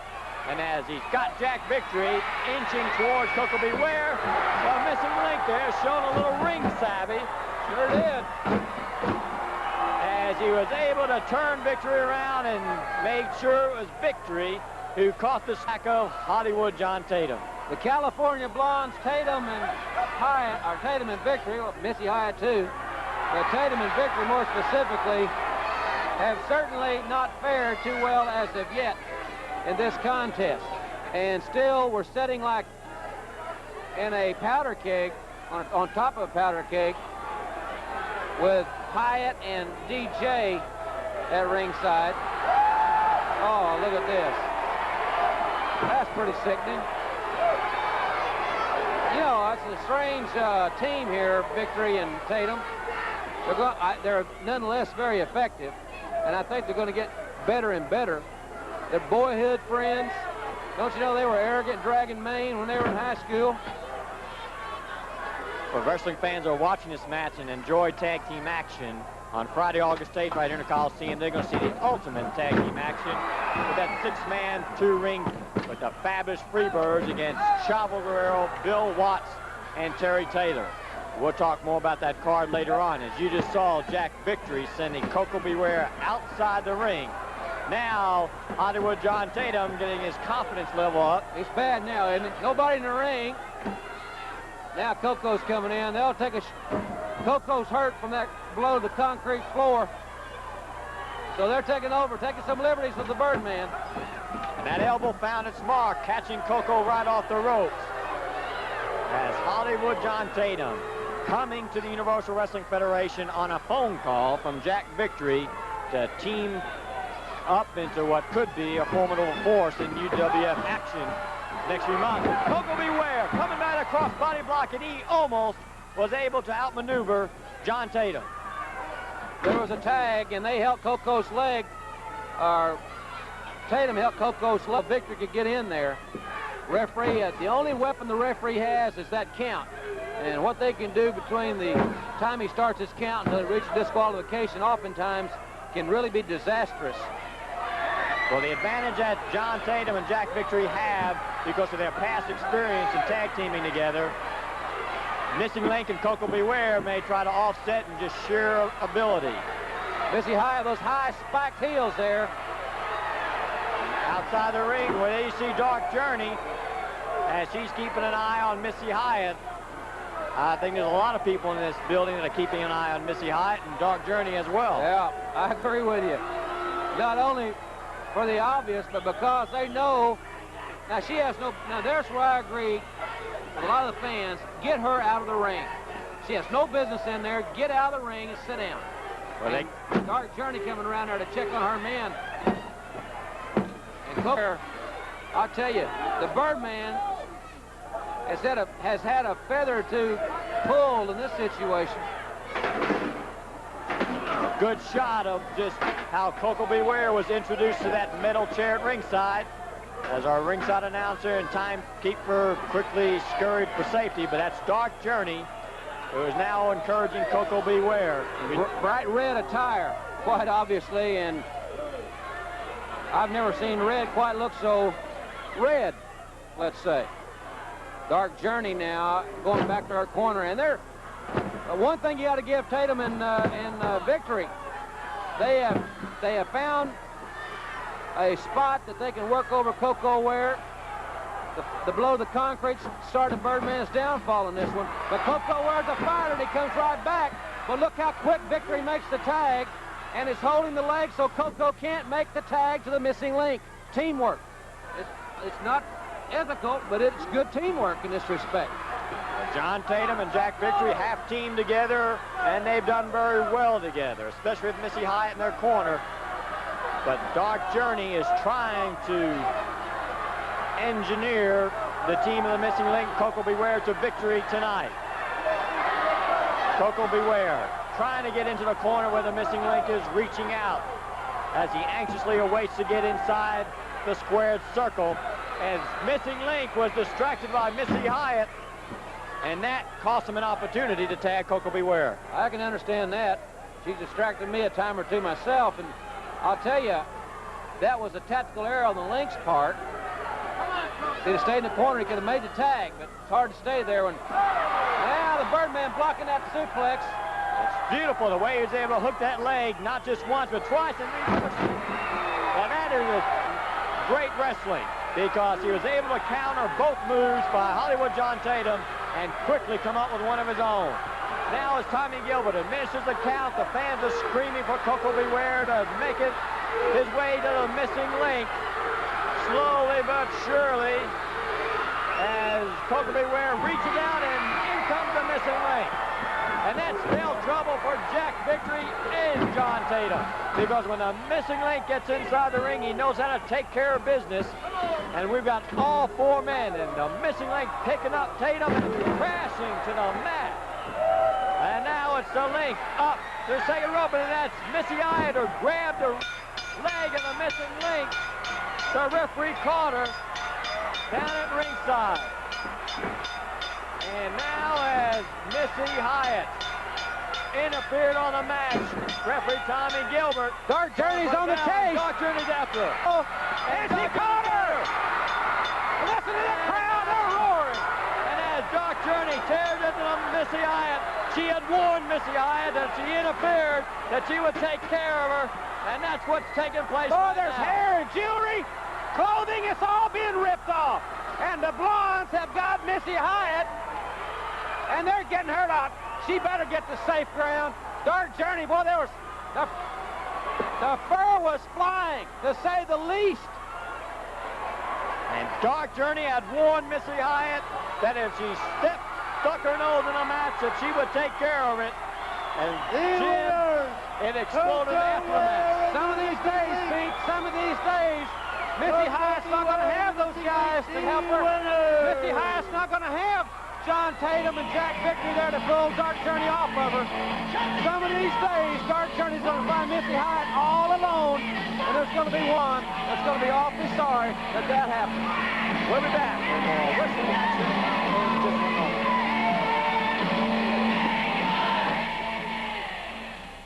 El Campeones de la Gente. You know, I tell you, Tommy, Houston, one of the favorite towns for the Fantastics to wrestle. It's all going to be happening, brother. You know what? Also on this particular card, we're going to be in a two-ring battle royal. $50,000 to the winner. You know, Tommy, I'll tell you right now, it means a lot to a man when he gets in that ring, especially when there's so many guys battling against each other, and me and you are a team, the Fantastics, when we get in that school. Well, the UWF has got some of the finest professional wrestlers in wrestling today, Bobby. So you know when you get in them two-ring battle royals that you're going against some of the best in the country. So when you get in there, and if you do walk out, you're going to be $50,000 richer, plus you're going to have that prestige of beating all those guys.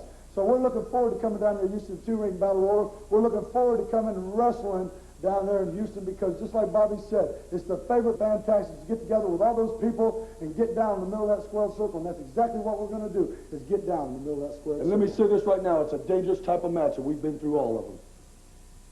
You know, folks, professional wrestling is the toughest sport. Toughest sport than football, where you don't wear all these pads and injuries happen. Sometimes you get hurt. You get a sprain, you get a bump, and you get a bruise.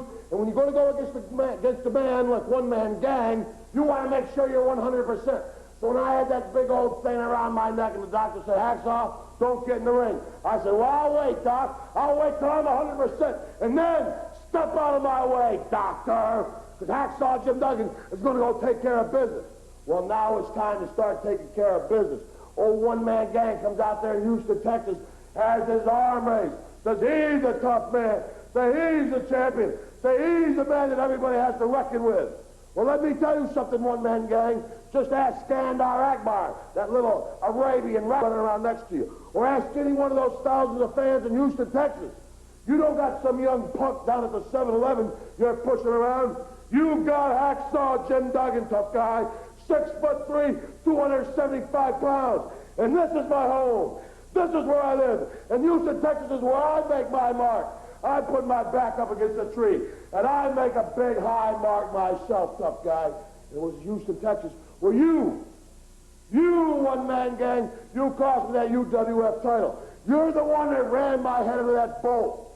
20 stitches, a creased skull, almost the end of professional wrestling. But also it's in Houston, Texas, that you are going to go down, tough guy.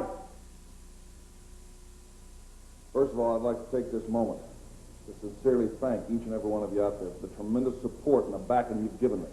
Because sometimes in life, if you don't have that support, it almost seems like you're against insurmountable. And I know the reason that each and every one of you can do it is because you also have had your back up against the wall sometime in life when the man was trying to put you down. And we got a situation, TT, that's awesome.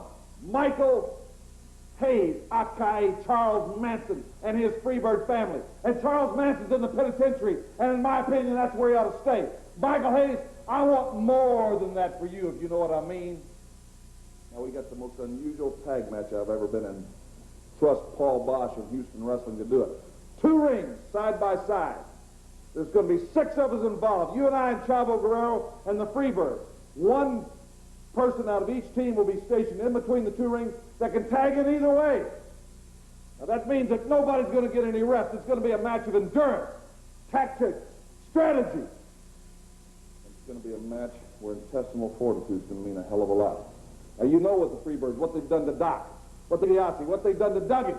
You know what they've tried to do to me. So, Terry, to get ready to this, I want you, when you go to that little telephone booth, where you say Shazam, and you turn from the mild-mannered Terry Taylor into a raging animal, our television champion. I want you to throw away the Brooks Brothers, the OP, and the Beverly Hills. I want you to get your battle gear on, baby. Looking forward to it in Houston, because one thing in Houston those people like is a fight. And those Freebirds think it's going to be like it's always 3-on-1. They always jump in from behind. Well, this time we're all going to be, it's not going to be just one match. It's going to be 1 in one ring and 1 in the other. So, Freebirds, you better gear it up, because you can see the fire in his eye. I'm ready, and Chavo Guerrero's never been ready. Chavo Guerrero's a key thing. Let me tell you, that's the toughest little Mexican I know. Not afraid of anything. He's got more moves than a snake. I want him on my side. And I told him, as far as I'm concerned, the Freebirds are like the Border Patrol. Get down and get ready. Bring it all together. Terry Bam Bam Gordy, the enforcer. He's going for the... Oh, no. Going for the pile driver on the floor. No. Just like Atlanta, 1982. Oh, no, this is unbelievable. I don't want nobody to spend nobody. I want the Freebirds to be in great health when I come back. Hello again, everybody, and welcome to another exciting hour of the Universal Wrestling Federation. We have a tremendous hour in store for you, but before we talk about this hour, let's address what Dr. Death just said. One thing that sticks in my mind is that I will be back. I will be back. You know, a lot of people make promises that they can't keep. And that's one that he's making right now. The only place he's going to be back to is from one hospital to another neck specialist, back to the hospital, and back to recuperation, back to traction. That's the only place you're coming back. You're not coming back in the ring, boy, because you tried to walk down bad street. Well, ladies and gentlemen, we're going to address this Dr. Death situation later in the hour. I do want to welcome all the great fans in Chicago and Philadelphia, Florida, Salisbury, Maryland, all new affiliates on the Mid-South Sports Network. Also, we want to welcome the wrestling fans that will be in Houston, Texas on August 6th through the 9th. This thing's really messing up my hair. You're going to have to get me a different headpiece. Well, I'm sincerely sorry about your hair. The WAFIA convention in Houston, Texas on August 6th through the 9th. I want to also thank all the great fans of West Texas for a very successful West Texas tour coming soon to Wichita, Kansas, Kansas City, also in Amarillo and in Abilene. You know something, Jim Ross? There was so much, of course, response over my new video, me and my brothers, and our new song. And so many people, they always want bad street merchandise. They always want to buy our dolls, and they always want, of course, the records. And I heard through the grapevine that you wanted a Bad Street t-shirt. You heard I wanted one? Yeah, I heard you wanted one. So I tell you what I did here, out of the kindness of my heart, the nice guy I am, me and my brothers decided that we would bring you a shirt. I'd like everybody to see it, to see that I am a nice guy. And upside down, it doesn't really matter because half of you back there can't read anyway. And Jim Ross, this is from us to you. Well, it's a nice shirt, but it's a little small, isn't it? I mean, I don't think I can wear this. It's for your head. What do you mean it's for my head? It's for your head. You know why? Because you think small. Because you think like that cowboy thinks. You think like Ted DiBiase. You think like Dr. Death. People that make promises that they can't keep. Dr. Death is not coming back, and neither's DiBiase. He ran like the little scared rat he is. You don't see him around anywhere. You know why? Because he knew what happened to Dr. Death was intended for him.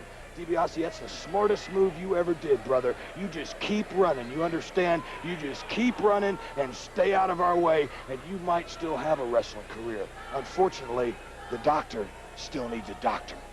Well, ladies and gentlemen, those comments from Michael Hayes, and now let's go to the ring. Michael P.S. Hayes. We have a great match in store. Let's go to the ring. Oh. Ladies and gentlemen, introducing first from Libya, and 75 pounds, the Libyans.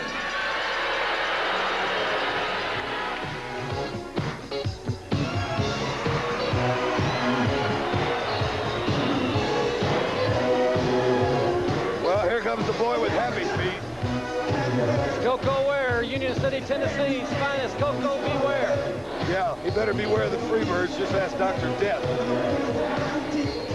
Well, you know, I got a lot of problems with frauds lately, Jim Ross. I got 5 frauds that are, of course I got hundreds, but 5 that are really giving me some problems. And I'm going to have to take care of it, I'm telling you, man. I'm tired of it. Madonna, she wants to dress me up in her love, and she said I got her pop-up begging and not to preach. Got Stevie Nicks saying she can't wait, she's got to talk to me. I tell you, man, it's just getting unbelievable. Yeah, it certainly is unbelievable. That's right. Unbelievable.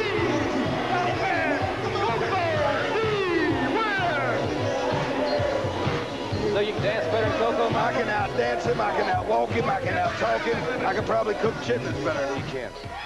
All right, ladies and gentlemen, one fall, a 10-minute time limit. Koko Ware against the Libyan here on the Universal Wrestling Federation. As I mentioned, coming to you from the Tulsa Fairgrounds Pavilion, the side of many of the team rodeos, a lot of the big rodeos in the area, a lot of concerts. This place is packed tonight for the UWF television taping spectacular, and we're glad that you're with us at home. And we have a great hour in store for you. Coming up, feature with Hot Stuff Eddie Gilbert. We'll also see the Fantastics in action, and then we're going to have a 6-man elimination tag in this hour. Cowboy Bill Watts. Whoa, he's up high on that body press. He ducked under the elbow, almost had a 2 count, but the Libyan, big, powerful man, kicked out. There he went for the Lou Thesz press, didn't quite get it. I doubt he'll get the pin. That upper body strength always comes in. You know, looking at Koko Ware reminds me of the 3rd broad that's giving me trouble, and that's that Janet Jackson. With her new song, Nasty Boys. She said she don't like nasty boys unless they like her nasty groove, and her first name ain't Baby, it's Miss Jackson. Let me tell her something.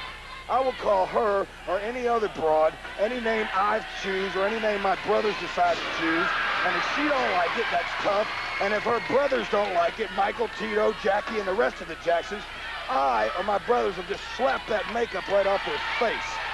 So let's get that straight. That's 3 of the broads out of the way. I'll tell you what I had to say. You talked about, I thought you talked about 4 or 5 ladies where you were having problems with. Yeah, well, I tell you what, the other 2 I'm going to take care of personally. All right. I mentioned later in the hour, ladies and gentlemen, 6-man elimination tag. Missed the clothesline. There he went for it again. Now, see, the Libyan was smart. He went for the Thesz press. He got the bear hug, but Koko slapped his hands right on them ears. Well, you want to talk about wrestling Cowboy Bill Watts, Hacksaw Duggan, and Terry Taylor later in the hour in a 6-man elimination tag? Of course, man. You know, no other athlete in the world would come out here and give his great commentary and expertise and have a main event match like that that would sell out this place and any other place in the world except Michael P.S. Hayes.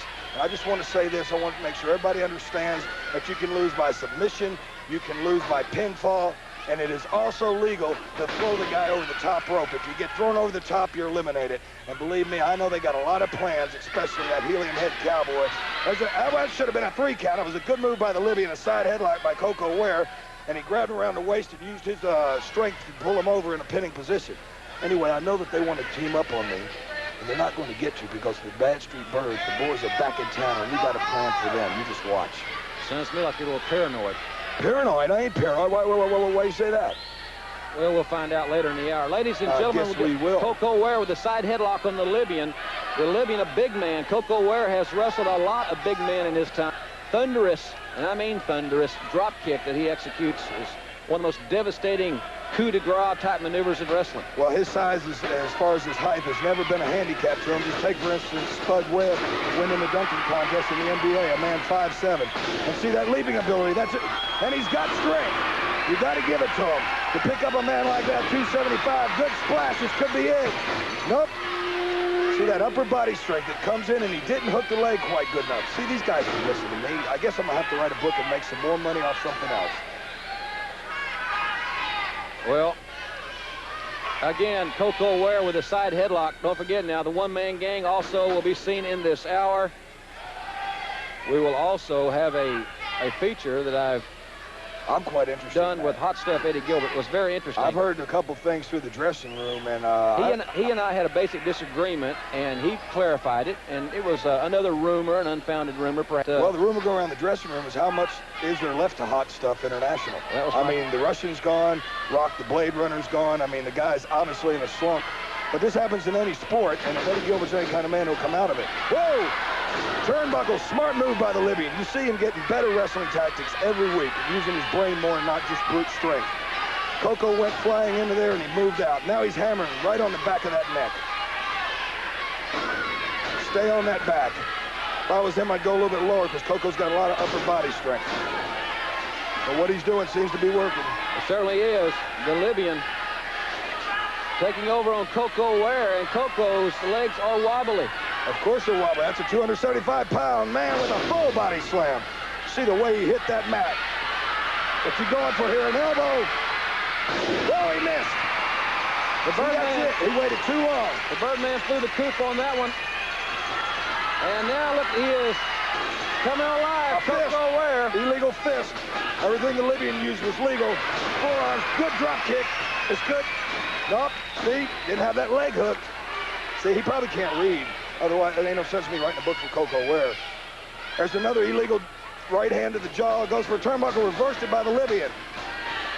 Whoa!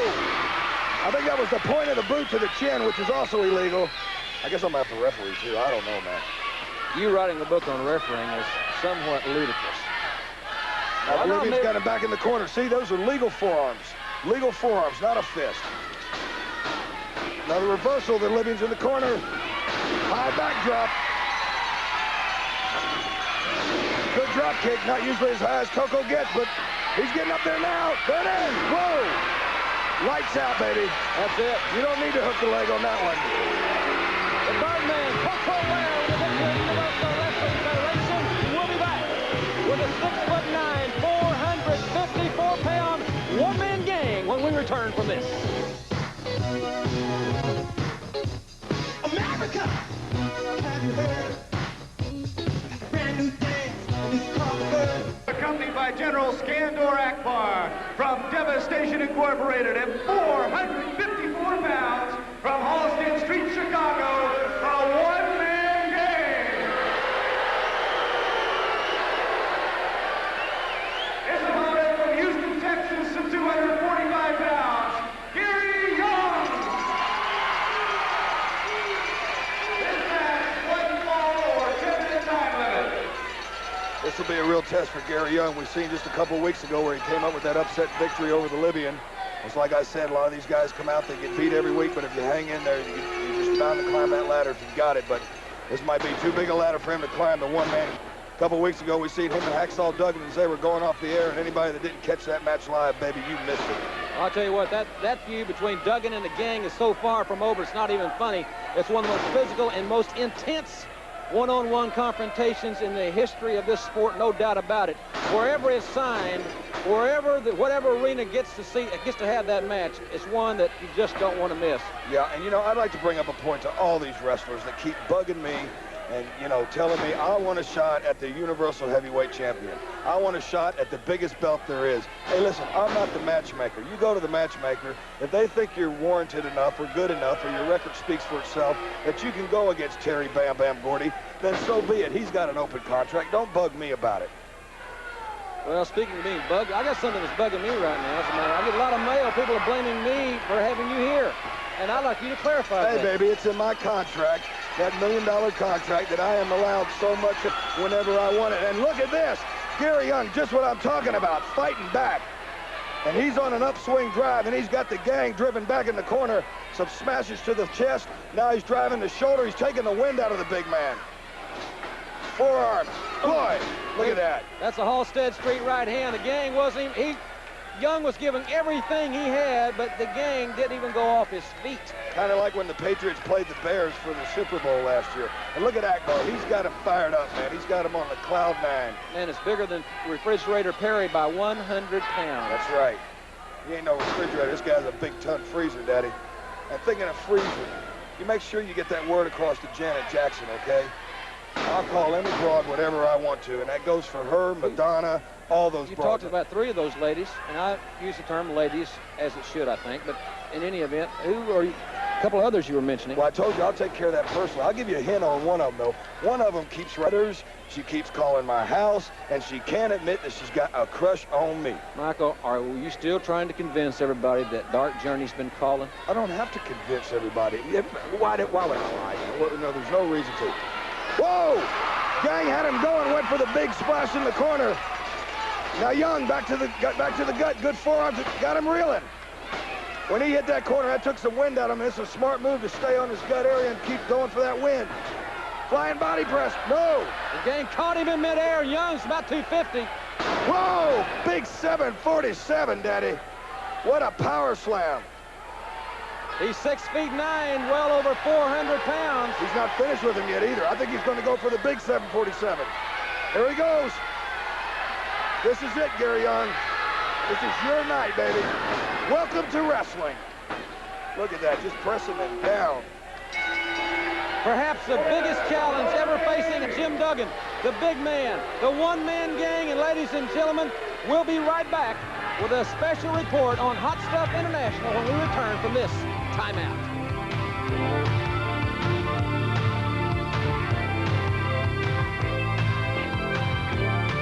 Pavilion. What's she doing out here? She's not scheduled here. I thought we were going to see the thing on Hot Stuff. We're going to see the thing on Hot Stuff. I don't know what Dark Journey's in the ring, ladies and gentlemen, as you just saw, but be that as it may, I think, I want to see the thing on Hot Stuff Eddie Gilbert, but I am a little bit interested in... Look, broads just don't come in and take over a wrestling show. Man, get her out of there. I just came out to straighten something up. We have a problem here. Michael Hayes, you keep saying I write you letters, I call you. I haven't wrote you any letters, and I haven't called you. This should be taken care of right now. Hey, there you go, Michael. Hey, look. You know what? You stick with me. I'm going to show you just how to handle women. Oh, yeah? PS style. All right.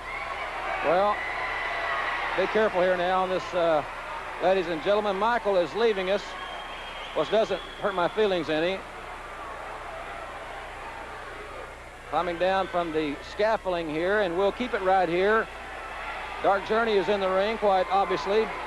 Very splendidly attired, I might add. There goes Michael in his red pants. Where I come from, guys don't wear red pants, but that's, I guess, not important right now. Michael's going to the ring. He's going to show us all how he handles women, and let's just sit back and listen. Yeah, we're going to straighten something out real quick, baby.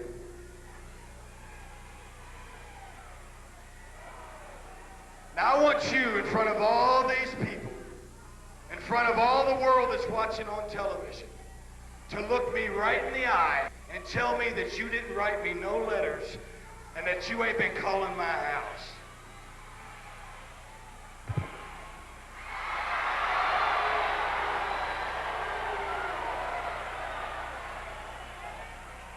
Now, how'd you like that walk down Bad Street, baby? Well, Dark Journey, I don't think she liked that trip down Bad Street at all. It's the second time she has slapped Michael Hayes right square in the face. And something a lot of people have been, I'm sure at home, a lot of ladies are wanting to do. And I'm not talking about kissing, P.S. I'm talking about slapping him right in the face. The fans in Tulsa love it. Michael Hayes has been humiliated by Dark Journey, and we'll be back with that special report on Hot Stuff after this timeout.